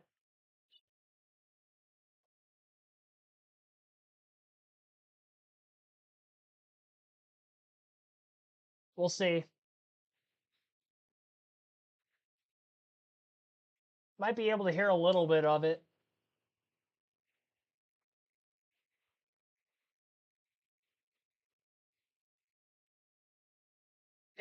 So the PA speakers are working because I can faintly hear the interview in the background. I don't think you guys are going to be able to hear it on the stream. Yeah, audio still out for CW. It's been out all day for the any sort of like microphone audio. The grandstand's audio's been working though. You can hear the crowd, you can hear the cars, but that's about it. So again, margin of victory 0.4 of a second for Connor Zilisch, second win of the season. We finished under the regulation length of 250 miles and 100 laps today. 2 hours, 24 minutes, and 35 seconds to complete this 100-lap event. 10 lead changes, 10 cautions, 41 caution laps out of the 100. So only 59 laps ran under green today. Very caution-filled race. I believe Chase Elliott led the most laps. 38 laps led for Elliott, a close 34 for Zilisch. Elliott won stage 1. Elliott pitted early. Brandon Jones won stage 1. And then Connor Zilisch ended up winning stage 2. Jesse Love led 8 laps down the stretch. Justin Allgaier finishes in 10th. He led 10 laps. Harrison Burton led for 3, 6 for Brandon Jones. I mentioned already he won a stage. And then also 1 lap led for Sam Mayer, who finished 7th during green flag pit stops a little earlier in the race. So that is the end of this stream. You're not going to be able to hear any other interviews. They already interviewed Dale Jr., who won for the first time ever as a crew chief. But yeah, CW having some audio issues all the way throughout the course of the race today. So I haven't had any of their audio outside of the actual car sounds, of course. So live commentary will continue on tomorrow for the NASCAR Cup race at Pocono, the Great American Getaway 400, and that will begin at 1:30 p.m. Eastern. That will be the final race on Prime Video for the 2025 season, and their final practice of qualifying coverage was obviously earlier today as well.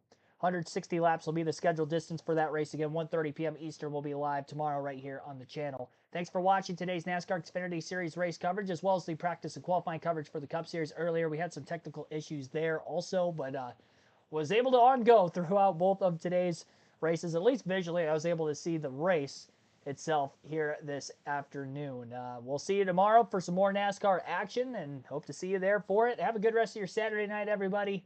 And congratulations again to Connor Zilic for winning today's Xfinity race at Pocono.